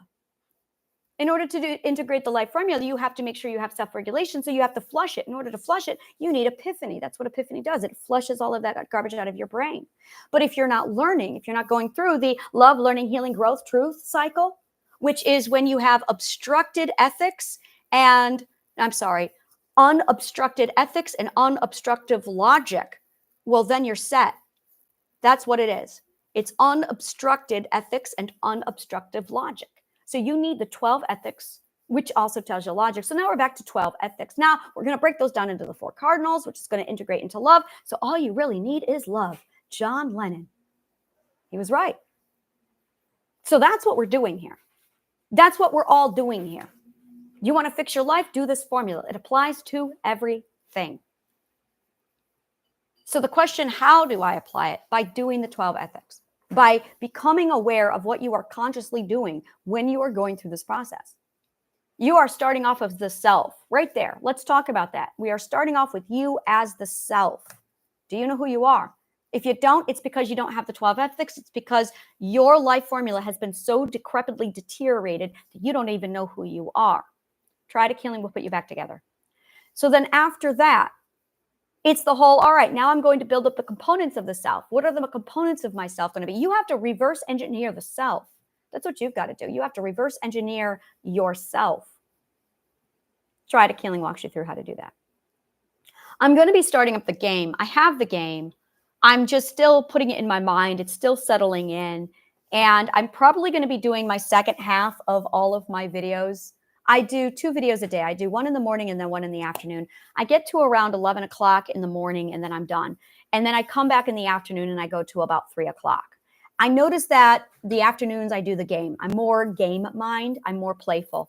So I almost want to do the theory in the morning and then I'll do the game in the afternoon. So I'll play in the afternoon. And that's when we actually put it into place. So I'm going to be focusing, I'm going to be coming back after my break, and I'm going to be focusing more on the game. But the theory is where this is why we're doing it. And this is it. It's why we're doing it. It's the purpose of it. And it's literally teaching you education, the history of education, why you need to learn. I'm going to be covering with you why you need to know art, why you need to know math. I wrote this out. This is actually part of Try to Killing Part 2. It's broken down, or Try to Killing Part 1. It is broken down so you can read all of it and go through all of it. And oh, that's why I need to do it. The human being is the accumulation of all of the academic disciplines. The academic disciplines are not separate from you. You are them. They are inside of you. So in order to know who you are, you have to do the music part of you. You have to find the music part of you. You have to find the art part of you. You have to find the drawing and the painting and the sculpting part of you. You have to find the dancing and the singing part of you. Now, if you're going, oh, I don't have those parts of me. Yes, you do. They are there. They are tools that you need to nourish the other parts of the self. They're all components. Now, you are going to have skill levels. And this is where a lot of people really don't understand what a skill level is. Your skill level is your ability to master these skills. We're going to be talking a lot about the skills. In fact, that is pretty much all I'm going to be talking a lot about here is the skills. It's the only place I talk about them is here. I do not do this anywhere else. The skills are vital to what you are, who you are, the development of these skills. It is your ability to measure your knowledge against the progress of the standard. So what you have is you have the defined ethical standard. The defined standard. And then you have you with your point of origin, how stupid you are. And then you want to measure, using logic, your level of mastery in comparison to the defined standard. So define the standard, and then you have the defined stupid, and then it's relativity to. So now you can start tracking your growth. This is called your growth rate. Now, your growth rate is literally going to monitor your health. That is 100% your health. If you have a 0 growth rate, you're dying. If you have a 90% growth rate, you're doing well. You should always have a growth rate. You should never be teaching until you are a master. If you are not a master, you have no fucking business teaching. Because you are violating so many fucking ethics if you are teaching before you have reached mastery. So now the question is posed. How do you know you're a master? Well, you've got to measure your stupid and compare it to a defined standard. The problem is you don't even know how to do that because your Roman educational system did not teach you how to do that. All we do in the ancient Greek educational system is define the standard, raise the standard, measure our stupid against the standard, and then achieve the standard. And that's all we do. That's what the archetype is. The archetype is the defined standard. It is not hierarchical. There is no hierarchy. There you go. We're going to go back to my website, and we're going to add that to the problem. So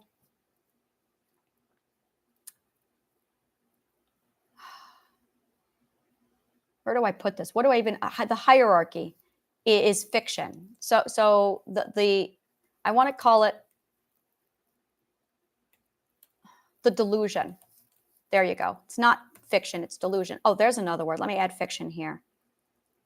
Well, delusion words. So fiction is a delusion word. Hierarchy is a delusion word. These are words that were invented by narcissists. These are words that were invented by narcissists to control others. Literally narcissist words. Fiction and hierarchy. Both of those are narcissist delusion words.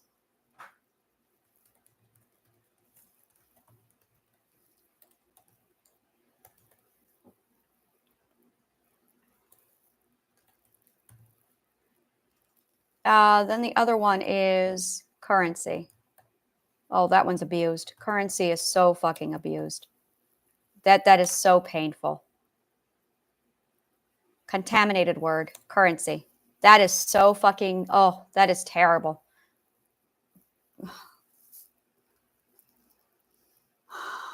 Wow. Yeah. Currency is easily one of the worst. Discipline is another one. Discipline, you guys have no idea what discipline means.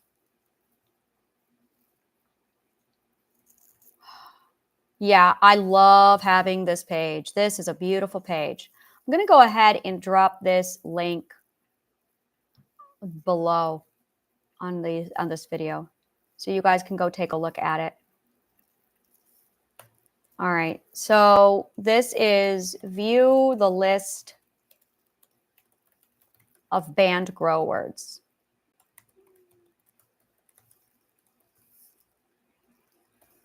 There you go.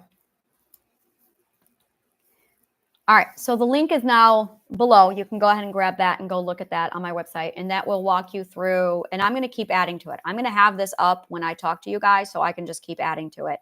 Because once you start to sort out which words were weaponized by narcissists, it's going to be a massive, and this is it really. This is it. This is going to be the introduction to this page here.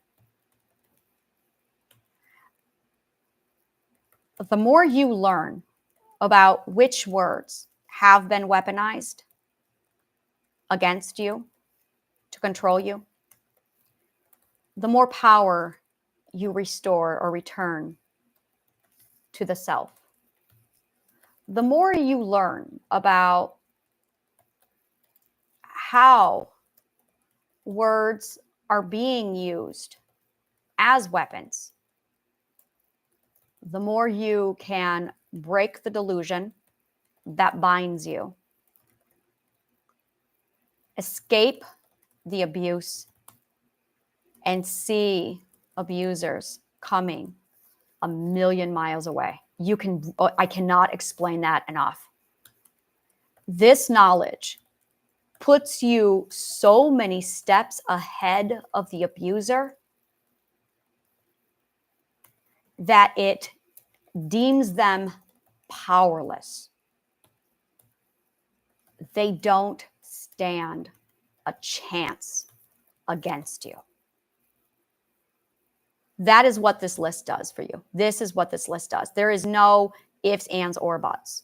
And when I started to categorize the words in this way, I was able to really take a step back and go, holy fucking shit, now I can see it. And then I saw the narcissist pattern emerge in the words. And I went, oh, I know what they did. They weaponized word, they weaponized logic. And then I start to notice the offenders.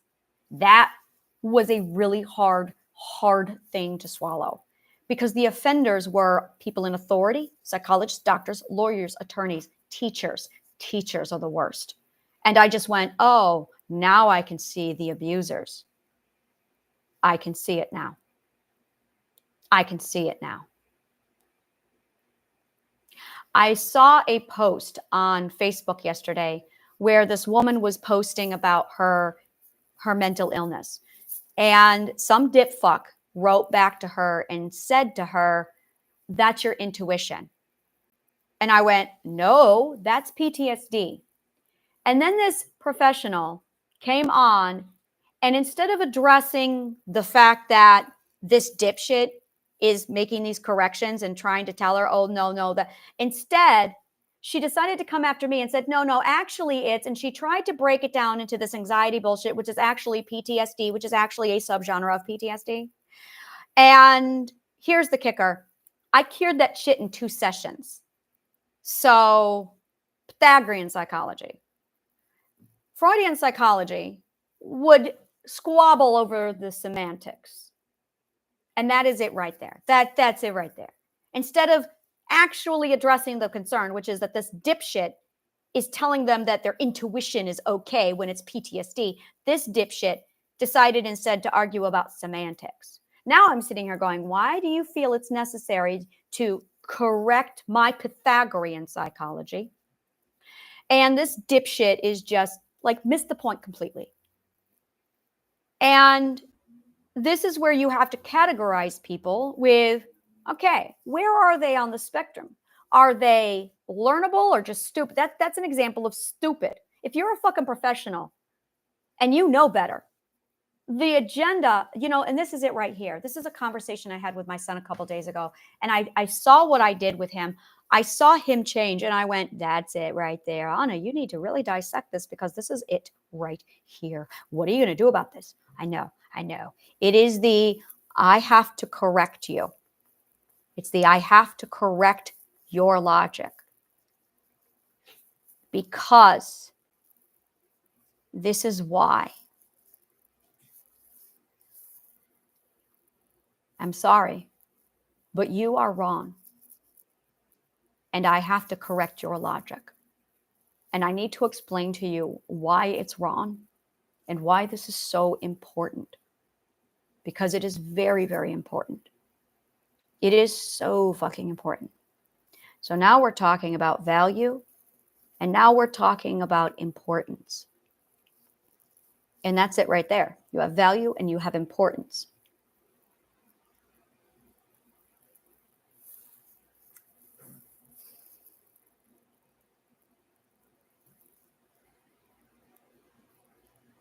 And logic is literally the only tool we've got to stand up against everybody to say, you're wrong, and this is why, here's the logic. But you have to do it without any emotion. But when you're in a war zone, when you're in people who come at you and they want to know what you've got to say, but they're more interested in arguing, and this is it right here. You're going to have people who want to learn, but they don't know how to turn off their arguing.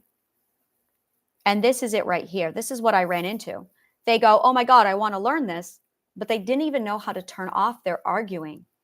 They did not know how to turn off their war. So I had people coming to me going, I want to learn, but then they came at me with their war. And I'm like, you can't learn until you turn off your war. There is no place, learn or war. It isn't war and peace. It's war and learn. That's another logical fallacy. But I need to really read the book before I say that, and then I'll decide. So now I really need to read War and Peace. So I say it's war or learning. You can't have both. Because war is disintegration. War is hatred. Learning is integration. It's growth. It's love. So if you have a culture that's based off of war, you're going to be a warring culture. If you have an educational system that's based off of war, you are going to have a warring culture. If you have a learning culture, you're going to have one that's built off of love and learning and growth and truth. And you want to know what's wrong with the world today? It was built off of a warring culture. You are Rome. You are Rome. And until you become aware of that your ways are Roman, that your mindset is Roman, because it is the Roman educational system that built everything that you have. And I already have walked through the breakdown of how you're Roman. That's all over I have a class on the 2000-year educational, the war on education. I have a course on that, and it breaks you down the entire fucking history. And I cite every source multiple times. I include all of the substantial evidence to prove it. And I strongly recommend you read A World Lit Only by Fire, which is part of the recommended reading of that course. So if you want to know how, if you want the science behind the why, it's there. But if you are here to war, you're not here to learn. And that's really it. I think that's the Plato's point. That's where all of this needs to begin, is when you decide to learn, you have got to give up the war. You cannot have both. And if you don't know how to shut the war off, you have no fucking business learning. So when I put together Triadic Healing, I noticed that I was running into a problem with people not being able to learn. And I went, why can't they learn? And I realized it's because they are in the war mode. And it's like, okay, so the very first thing we need to do is get them out of war mode.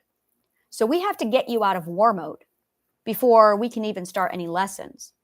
And I'm sitting here going, how the fuck am I going to get them out of war mode? First, I got people coming at me aggressively, and they just want to prove me wrong based off of Roman data. Here's a clue. If you want to take down a Grecian, you can't come at me with Roman data. You can't do it. And no. If you want to take down a Grecian, you have to come at me with logic. There's nothing else. So I've got a bunch of Roman data people throwing Roman data at me.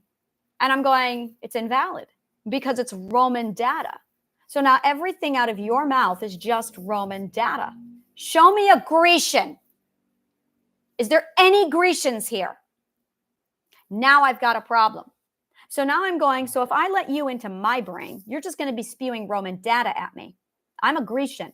I've already gone through the purification process of whether or not the data is truth, logical, knowledgeable, wisdom, because I'm Greek. We know how to do that. Now, all of these gorgeous people, I'm going to be blunt. The people who know how to do that, they wrote the great books. Shakespeare was Grecian. That's why he wrote so much about the Greeks. Shakespeare was Grecian. Ayn Rand was Greek. She had the Grecian mindset.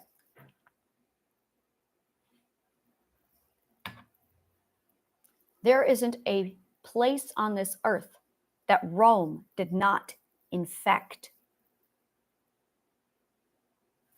The British Empire, the Roman Empire, the Holy Roman Empire are the same thing. Everything that was birthed or contaminated by all of these are Roman. If Brit occupied you, you're Rome. If the Christian Empire, Greek Orthodox or not, you're Roman. It's all Rome. Greek Orthodox might be. I need to study more about the Greek Orthodox. I really need to look more into the Greek Orthodox. That was a project that I started about 4 months ago, and then I put it down, and I need to go back to it. Everywhere the Holy Roman Empire touched, you got it. Everywhere the Roman Empire touched, you got it. Everywhere the British Empire touched, you got it. Everywhere the Christian Empire touched, you got it. You're all creations based off of the Roman mind. The last time the Greeks produced anything without Roman infection or virus was the ancient Greek educational system.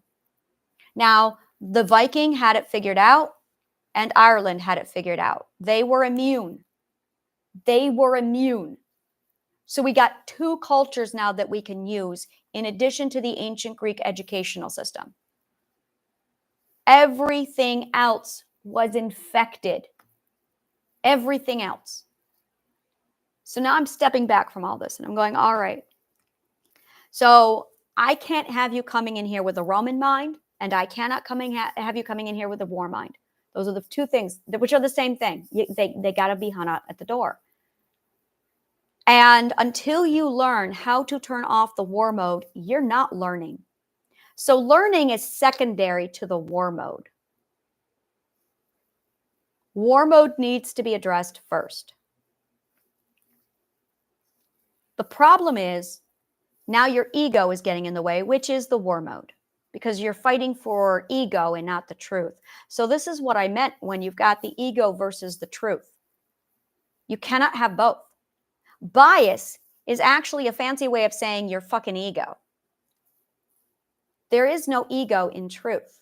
You are not sitting above the truth. The truth has to be first. Ego is way under that. Ego doesn't even come near truth. And this is it.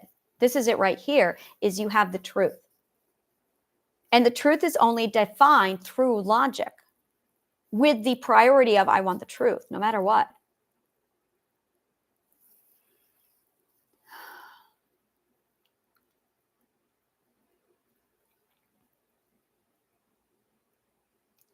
So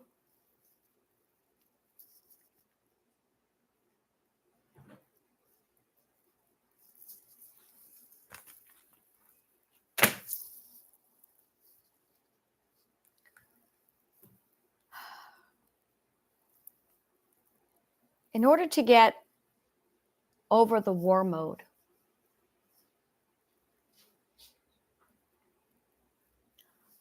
I'm trying to figure this out. I always prioritize truth above all else. It was a matter of wanting it. It was all about wanting to be happy. I wanted to have love. I wanted to know. I wanted peace. And in order to have these things, which I did not have, I knew I needed to be in relativity to truth so I could measure each one of these things.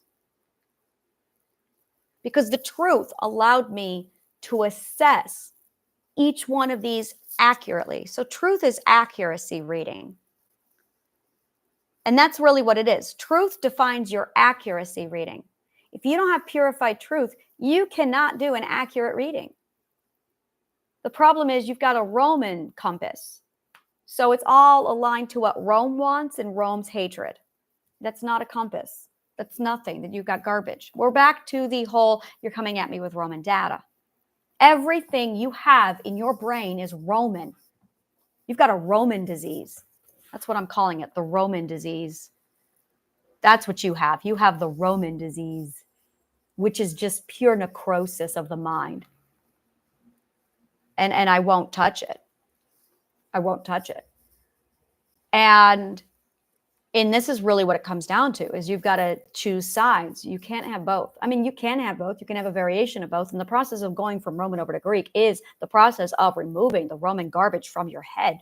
The more you do that, the more you cross over. The more you cross over, the less Roman shit you have, until finally you've purified it and you go, oh, this is truth. I'm happy. This is amazing. Yeah, it is, isn't it? The ancient Greeks had it all figured out. This is what happens when you base your educational system on people who actually were educators, not the Roman garbage that is. Don't brag to me that you have a degree in Roman garbage. Don't do that to me. Every time I hear those people, I'm like, do you know what you just said to me? Do you understand what you just said to me? You have a degree in Roman data garbage. Roman data garbage was based off of the mark of Cain. You have a degree in the mark of Cain. And I have the science to prove all this. Go educate yourself. Don't tell me that you have a degree in Roman garbage in the mark of Cain. I'm not impressed. You're vile if you think that is something to be proud of, or stupid. You really should learn how to measure your knowledge, which you probably didn't do because you were taught under the studious mark of Cain, which doesn't know anything about education, because they were the dipshits who declared war on education. And this is really a massive step back of, wow, we really need to rethink the way we do everything.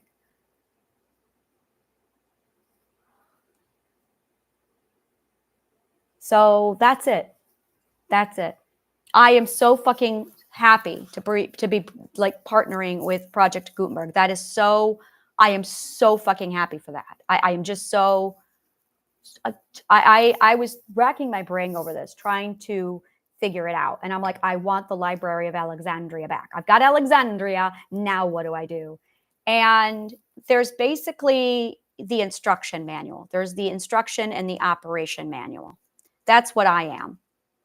Now, I already have the tools. I don't have to reinvent a lot of this. So we already have the Library of Alexandria, which is going to be Project Gutenberg. And when I messaged him and he wrote back, he said, that is a real apt description. And I'm like, that's it. You guys are the Library of Alexandria. And I've got Alexandria. And I want us to collaborate because I'm rebuilding Alexandria. Alexandria had a museum. Alexandria had temples. Alexandria had a library, and she had a forum. She had a market. They had festivals and the Olympics.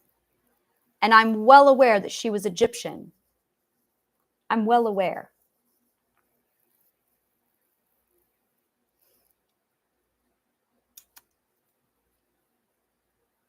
They were called the Games.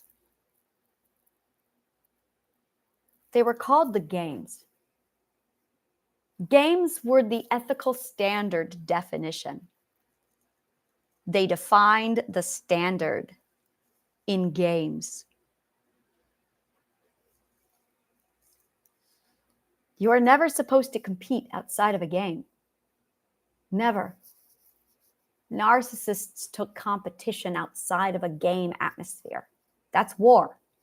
When you compete in play, it's a game. When you compete outside of game, it's war. Do you see how your society is that fucked up? You compete in game and it's in play and it's called a game. But you compete in outside of that and it's war. That's what war is. It's competition. It's hierarchy.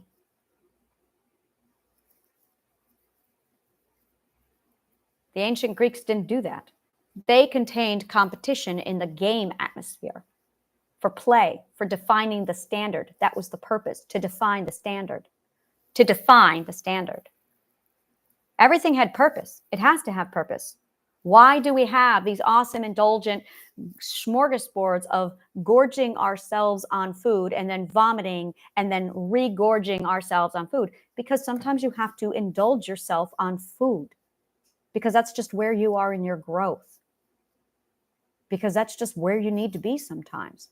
And then you get sick of it and you go, okay, dang, I'm done doing that. All right. So where do you want to go now? I want to go over to the debaucherous dungeon of the devil. All right. That would be awesome. Yes. I'm going to indulge now on sexuality and orgies. Awesome. Great. And after you get that out of your system, all right, now what do you want to indulge in? I think I'm going to indulge in, what else do we have here? We have art. I'm going to indulge in music and dance. I'm going to indulge in economics. I'm going to indulge in physics. So we had all of these different things that we indulged in. I'm going to indulge in communication. I'm going to indulge in listening. Now you're entering into the theater stage district of the city.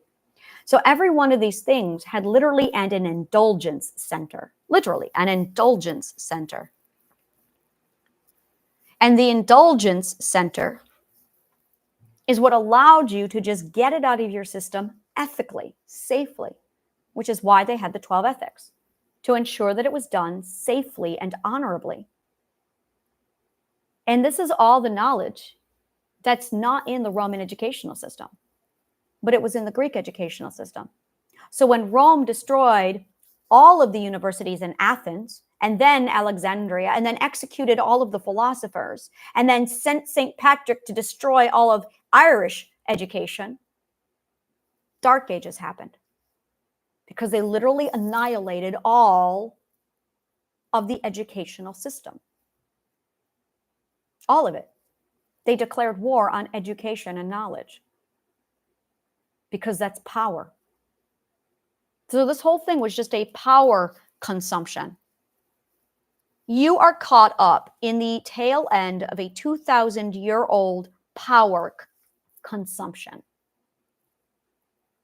That's why you're a consumer.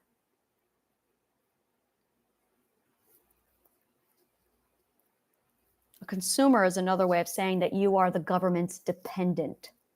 That's what you are. You are the government's dependent, and mommy and daddy are now too fucking poor to pay your bills.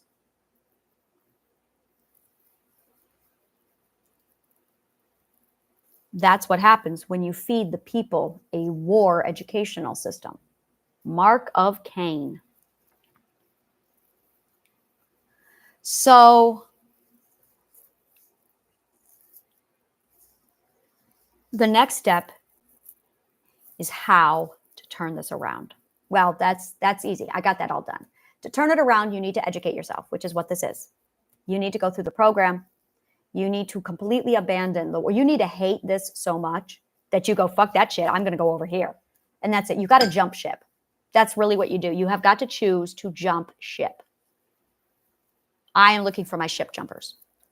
You got to jump ship because yours is sinking real fast. So the ancient Greek educational system is all systems are a mindset. All systems are a mindset. We're going to be talking about society. We're going to be talking about what a system is. We're going to be talking about networking. And that's it. It's the system, it's the society, it's the mindset. It's all of these things. It's all of these things. It's how a society is born from a mindset. It's how a mindset comes from an educational system. And it's once you start changing the educational system, you start changing the mindset and you start changing society. So it goes educational system to mindset to society. That's it. Education, mindset, society. That's it. But you got to start with the educational system. Now, before we can even do the educational system, you got to know why. You have to know what happened. You have to know what it is. Did you notice how none of this was covered with you in school? That's why you were all asking the infamous question, why do I have to learn this? Well, and they couldn't answer, could they? Did any fucking one of your teachers, in fact, I had some beautiful teachers come to me and say, these were African teachers. These are literally educators from Africa. I'm going to put that out there. They were not fucking Americans. They were African teachers. They said to me, all of them, I would love to know why I have to study this. I want to know what it's for. I said, I don't know. He says, I've been trying to ask and no one knows. See, in their educational system, if you don't know something, they say, I don't know. In the American, they'll make up some bullshit like, well, because I said so.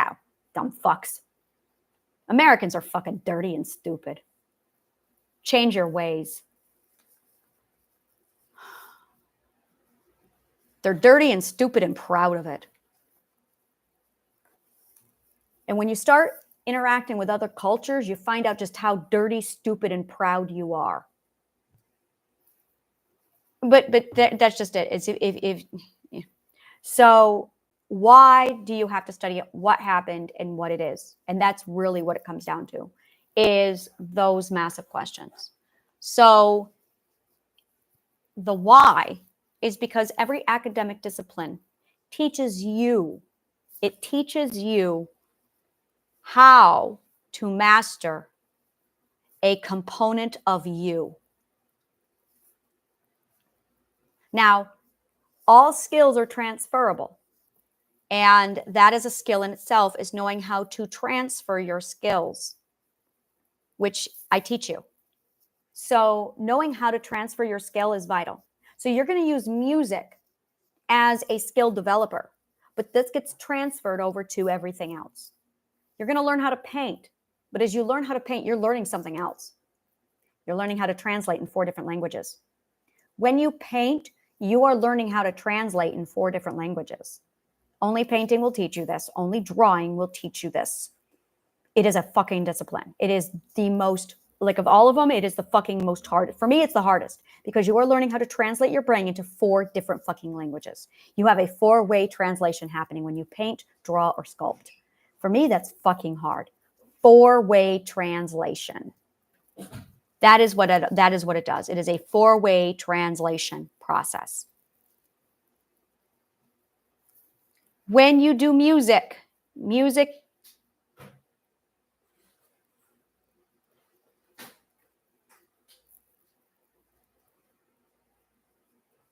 is integration. Music is 1. Painting and sculpting is 4.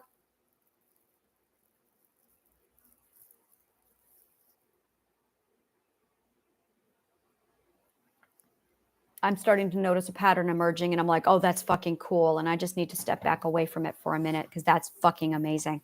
So when you study music, song, dance, and musical composition, you are learning integration. You are literally learning integration. That is why you really need to learn that, is because you're learning integration. Music is the integration of all. That's why you need to start with music theory. So that is your first assignment, is music theory. Walter Piston. Let me head on over here.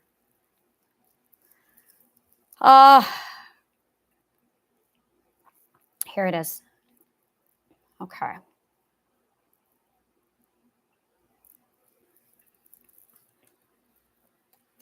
All right, this is going to be 2 August 2024.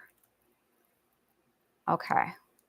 The Radical Global Healing Plan, 160 plus IQ, and Sophie's World. Those are the qualifications. You must be a logician to get this far. All right. No. I have to refresh this page.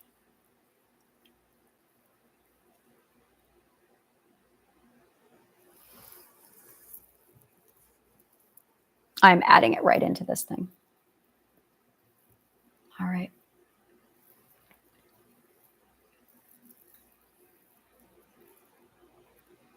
I'm going to be dropping this link down here below. This is, yeah, this is beautiful. All right. And I want to change this over to 1 August 2024. There we go. This is going to help me break it down. I think if I do it by dates, it'll be a lot easier. All right. So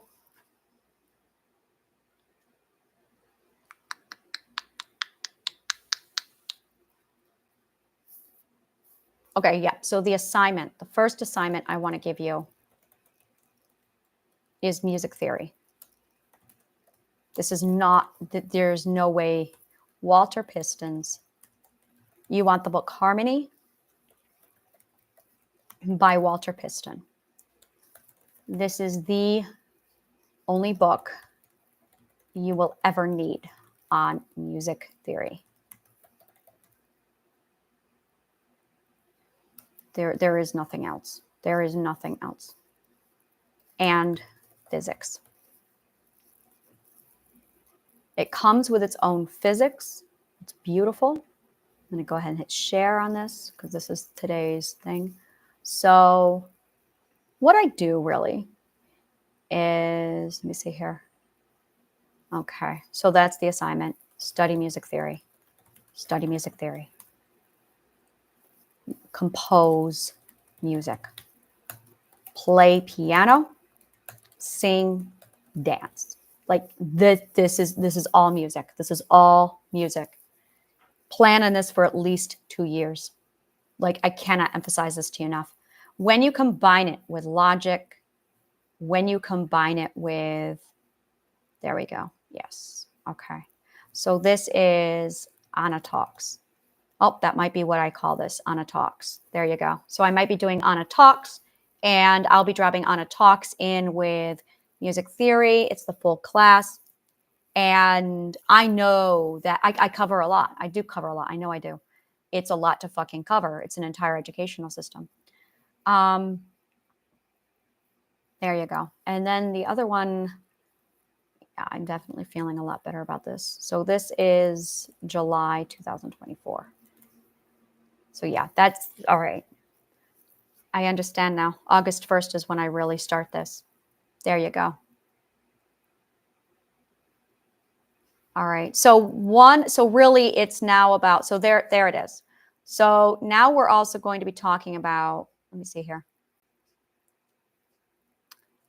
So one of the things that we need to talk about, we have the society mindset. So we have war mind versus learning mind. There you go. And this will be coming up.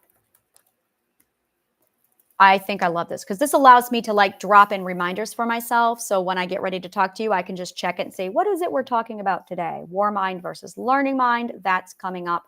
And I also want to talk about the game. So this is me learning how to get organized as I do this. Like I said, this is fucking huge. So we have the game. And that is coming up this afternoon. All right. So I'm going to be breaking down the game. I'm going to be covering how that's covered. And then we are going to be getting into the purpose or and this is it, is the purpose, the core purpose of, or I want to say the relationship between society, which leads to mindset. And it's backwards. All right, so I'm going to switch my symbol around. Society came from mindset, came from educational system, came from,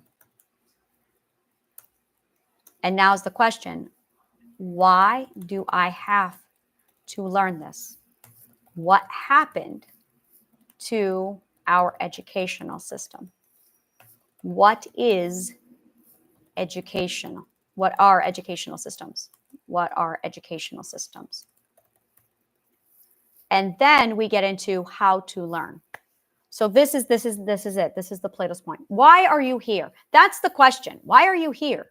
It is the question, the ultimate question. Why are you here? And this is it right here. It asks the question, why are you here? All right. So now I'm getting structure. Now I'm starting to feel. See, until I find Plato's point, I cannot go. I cannot move. We have to start with the Plato's point. And I've never done this before. You've never done this before. No one has ever fucking done this before. So I'm sitting here going, what the fuck? So I'm going to go ahead and you can match it. I'm going to go ahead and match it up to the dates. So I'm just going to put the date in. So today's August 2nd. So you can just find which one I'm on and it's all there. So you can follow it chronologically, literally from August 1st would be a great place to start. And I've broken it down into the pep talk, and that's when I call you stupid, and that's for the people who really need that breakdown ego. So if you have a problem with ego, if you can feel the resistance inside of you, and it's literally the resistance, you need to learn the feeling resistance. This is an emotion you have got to learn. This is mandatory. So today's assignment and lesson can be found at there. All right.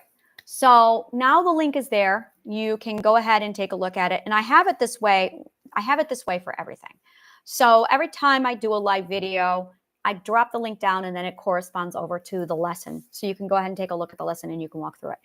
Once we have the funding in place, we have the funding. It's just in the process of being transferred over. We're literally in the process of converting it, which takes time. So once the conversion is complete, then we are going to be able to just distribute the money all over the fuck place. So we already have people who have funded the garden. So we're going to be upgrading our websites. We're going to be cleaning everything up. We're going to be rehauling my entire YouTube channel. So my really, really long ass 3-hour, 4-hour classes are going to be chopped down into literally 15, 20-minute segments for you. And that's going to be made into a thing. So you're going to see the YouTube channel change. You're going to see my websites upgrade. So the first thing we're going to be doing when the money comes in is we are going to be upgrading the Healing Garden, and we're going to be upgrading everyone who's done collaboration with us. I'm going to be working out things with Wikipedia to fund them for the rest of their lives. I'm adopting Wikipedia. They just don't know it yet. I'm already working with Project Gutenberg, and Khan Academy is going to be adopted by us. They don't know it yet. And it's literally, you tell us what you need, we're going to fund you. So we are providing 100% funding for Khan Academy, Wikipedia, Ancient Texts, and Project Gutenberg. And then we are literally like, they are getting my fucking stamp of approval of these guys have got their shit together. If you want to learn from quality education, these are the guys. Stop Googling shit. Go to Wikipedia. Stop Googling shit. Go to Wikipedia. Stop Googling shit. Go to Wikipedia. No errors except one in their entire existence. I have never found an error. Believe me, I've checked. It's extraordinary. And I document and resource it to everything. Like I read Mayo Clinic and Britannica and I read Wiki and I'm going, yep, I'll read Britannica. Britannica's shit. It's got errors all over it. It's fucking sloppy. I won't use Britannica. Don't fucking touch Britannica. Their standards are too low. I won't touch the dictionary. It's already been contaminated. I have to go to PIE, Proto-Indo-European languages. So I have to go all the way back to the beginning and look up the actual root word. One of the things I wonder if Wikipedia can do this. Let me see it. Let me go over here. I'm already on Wiki. Let me think of a word. I'm going to do something different. We're going to look up the word belief, and I'm going to type in Wiki. Belief. Belief is a subjective attitude that a proposition is a true or state of events. Is the case a subjective? I love it. I love you. Philosophers use the term belief to refer attitudes about the world, which can be either true or false. I love you, Wiki. Conceptions, representations. Let me see what they got.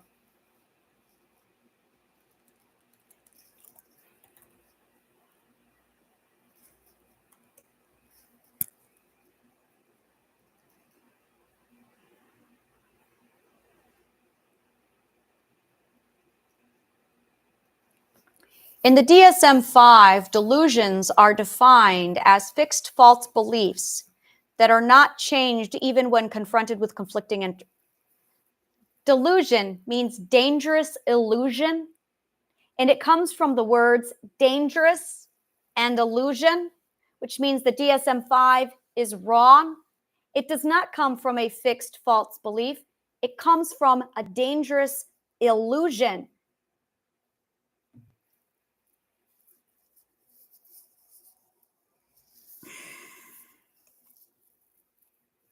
The belief is your identity and your ethic. Your belief is established by your identity and your ethic. But the delusion is what the invasive perspective has invaded into your subconscious mind's cognitive core. So now you have a delusion that contradicts your belief. It is the pang of the contradiction of belief with delusion that you now have cognitive dissonance. The DMS-5 is toilet paper.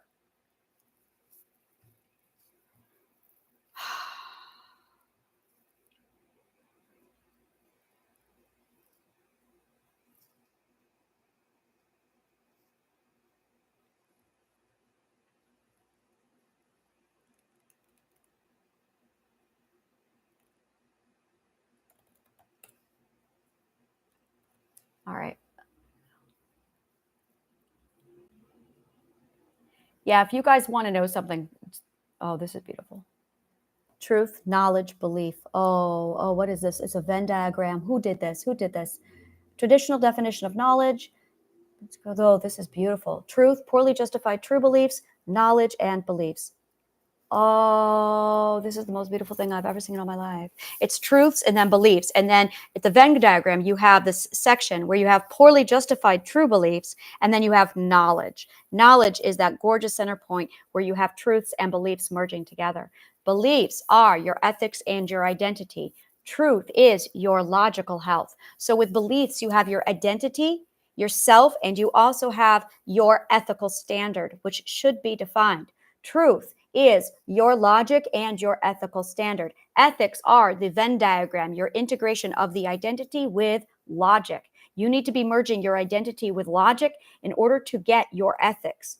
And when you use knowledge, it brings it all together so that your literal beliefs are also in correspondence, alignment with your truth, the truth, based off of the metric of logic. It's absolutely fucking gorgeous. Absolutely fucking gorgeous. Yeah, this is called epistemology, by the way. It's concerned with delineating the boundary between justified belief and opinion. Oh, I hate the word opinion. Opinion is so fucking dirty. In a notion derived from Plato's dialogue, the Thetis, where the epistemology of Socrates most clearly departs from that of the sophists, who appear to have defined knowledge as justified true belief. The tendency to base knowledge on common opinion, Socrates dismisses, results from failing to distinguish a depositive belief from knowledge when the opinion is regarded correct. in terms of right and juristically so, according to the premise of the dialogue, which was the task of the rhetors to prove. Plato dismisses the possibility of an affirmative relationship between opinion and knowledge, even when the one who opines grounds his belief on the rule and his ability to add justification. Now I'm going, is the rule false? But again, a belief can be based fully or partially on intuition. That's not at all part of the equation. Plato has been credited for the justified true belief theory of knowledge, even though Plato elegantly dismisses it and even posits the argument of Socrates as a cause of his death penalty. Oh, we're not talking about that nightmare. That death penalty, that's Roman shit. That's what happens when Rome, that was the start of Rome interfering. That's garbage shit. The predecessors of the Roman Empire absolutely were all over the fuck place around that time period. They had already merged into the culture and they would go on to become Rome. Justified true belief. So that's epistemology. And then there's justified true belief. P is true. S believes that P is true. And S is justified in believing that P is true. Yeah. So yeah, it's absolutely fucking beautiful when you break down Wiki's gorgeousness. It's just my fucking God. If you want to kick up your knowledge game, go down to the references used in Wikipedia and they will cite you the literature and the books. And that's where you can pull out some really amazing literature for reading so you can dive deeper into the topic. So Wikipedia is the Cliff Notes of geniuses. Literally, Wikipedia is the Cliff Notes of geniuses. And they cite their material. So while all these dumb fucks are sitting there bashing Wikipedia when it first came out, it's because, yeah, they were starting to get proven that they were liars. Whenever you have knowledge, you have immediately the people who are going to be found out and they attack the knowledge every single time, which is why I'm so aggressive when it comes to people telling me that I'm wrong, is because I say I'm right. I give the proof. I walk them through the process. I give the entire documentation. I've got all the science. I lay it down. Geniuses look at my stuff and go, holy fucking shit, this is accurate. Really ethical, amazing people look at my shit and go, wow, this is accurate. Narcissistic dumbasses who are uneducated and just want to be right and love their ego tell me I'm wrong. And the only people consistently who argue with me are literally the uneducated, narcissistic, abusive dumbasses who want the power to abuse. But when you sit there and flaunt the secret of their success, I am literally the person walking around saying, so you want to know all the magician's tricks? Magicians are going to fucking hate you. And that's what it comes down to. I know all the magician's tricks. So I'm walking around teaching you all the magician's tricks so you can't be tricked anymore. But we're being nice by calling them tricksters. Really, they're fucking narcissistic predators.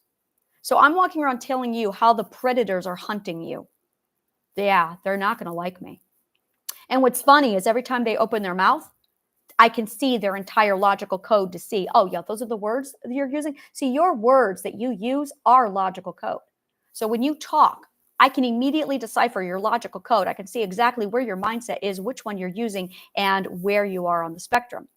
I can immediately measure your location from truth over to where you're standing and how close or how far away from you are, just on the words you're using. And then I take that data and I upload it into Triadic Healing and I teach it to you and say, this is how I do the algorithms in my head. And it breaks it all down. It's absolutely a beautiful process. So I'm going to go ahead and wrap it up here. I went over time.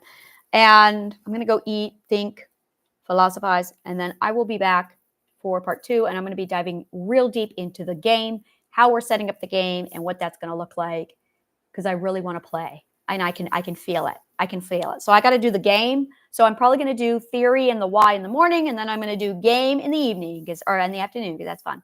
All right, thank you so much. And may the kindest of words, no, fuck that shit. May the truth always find you.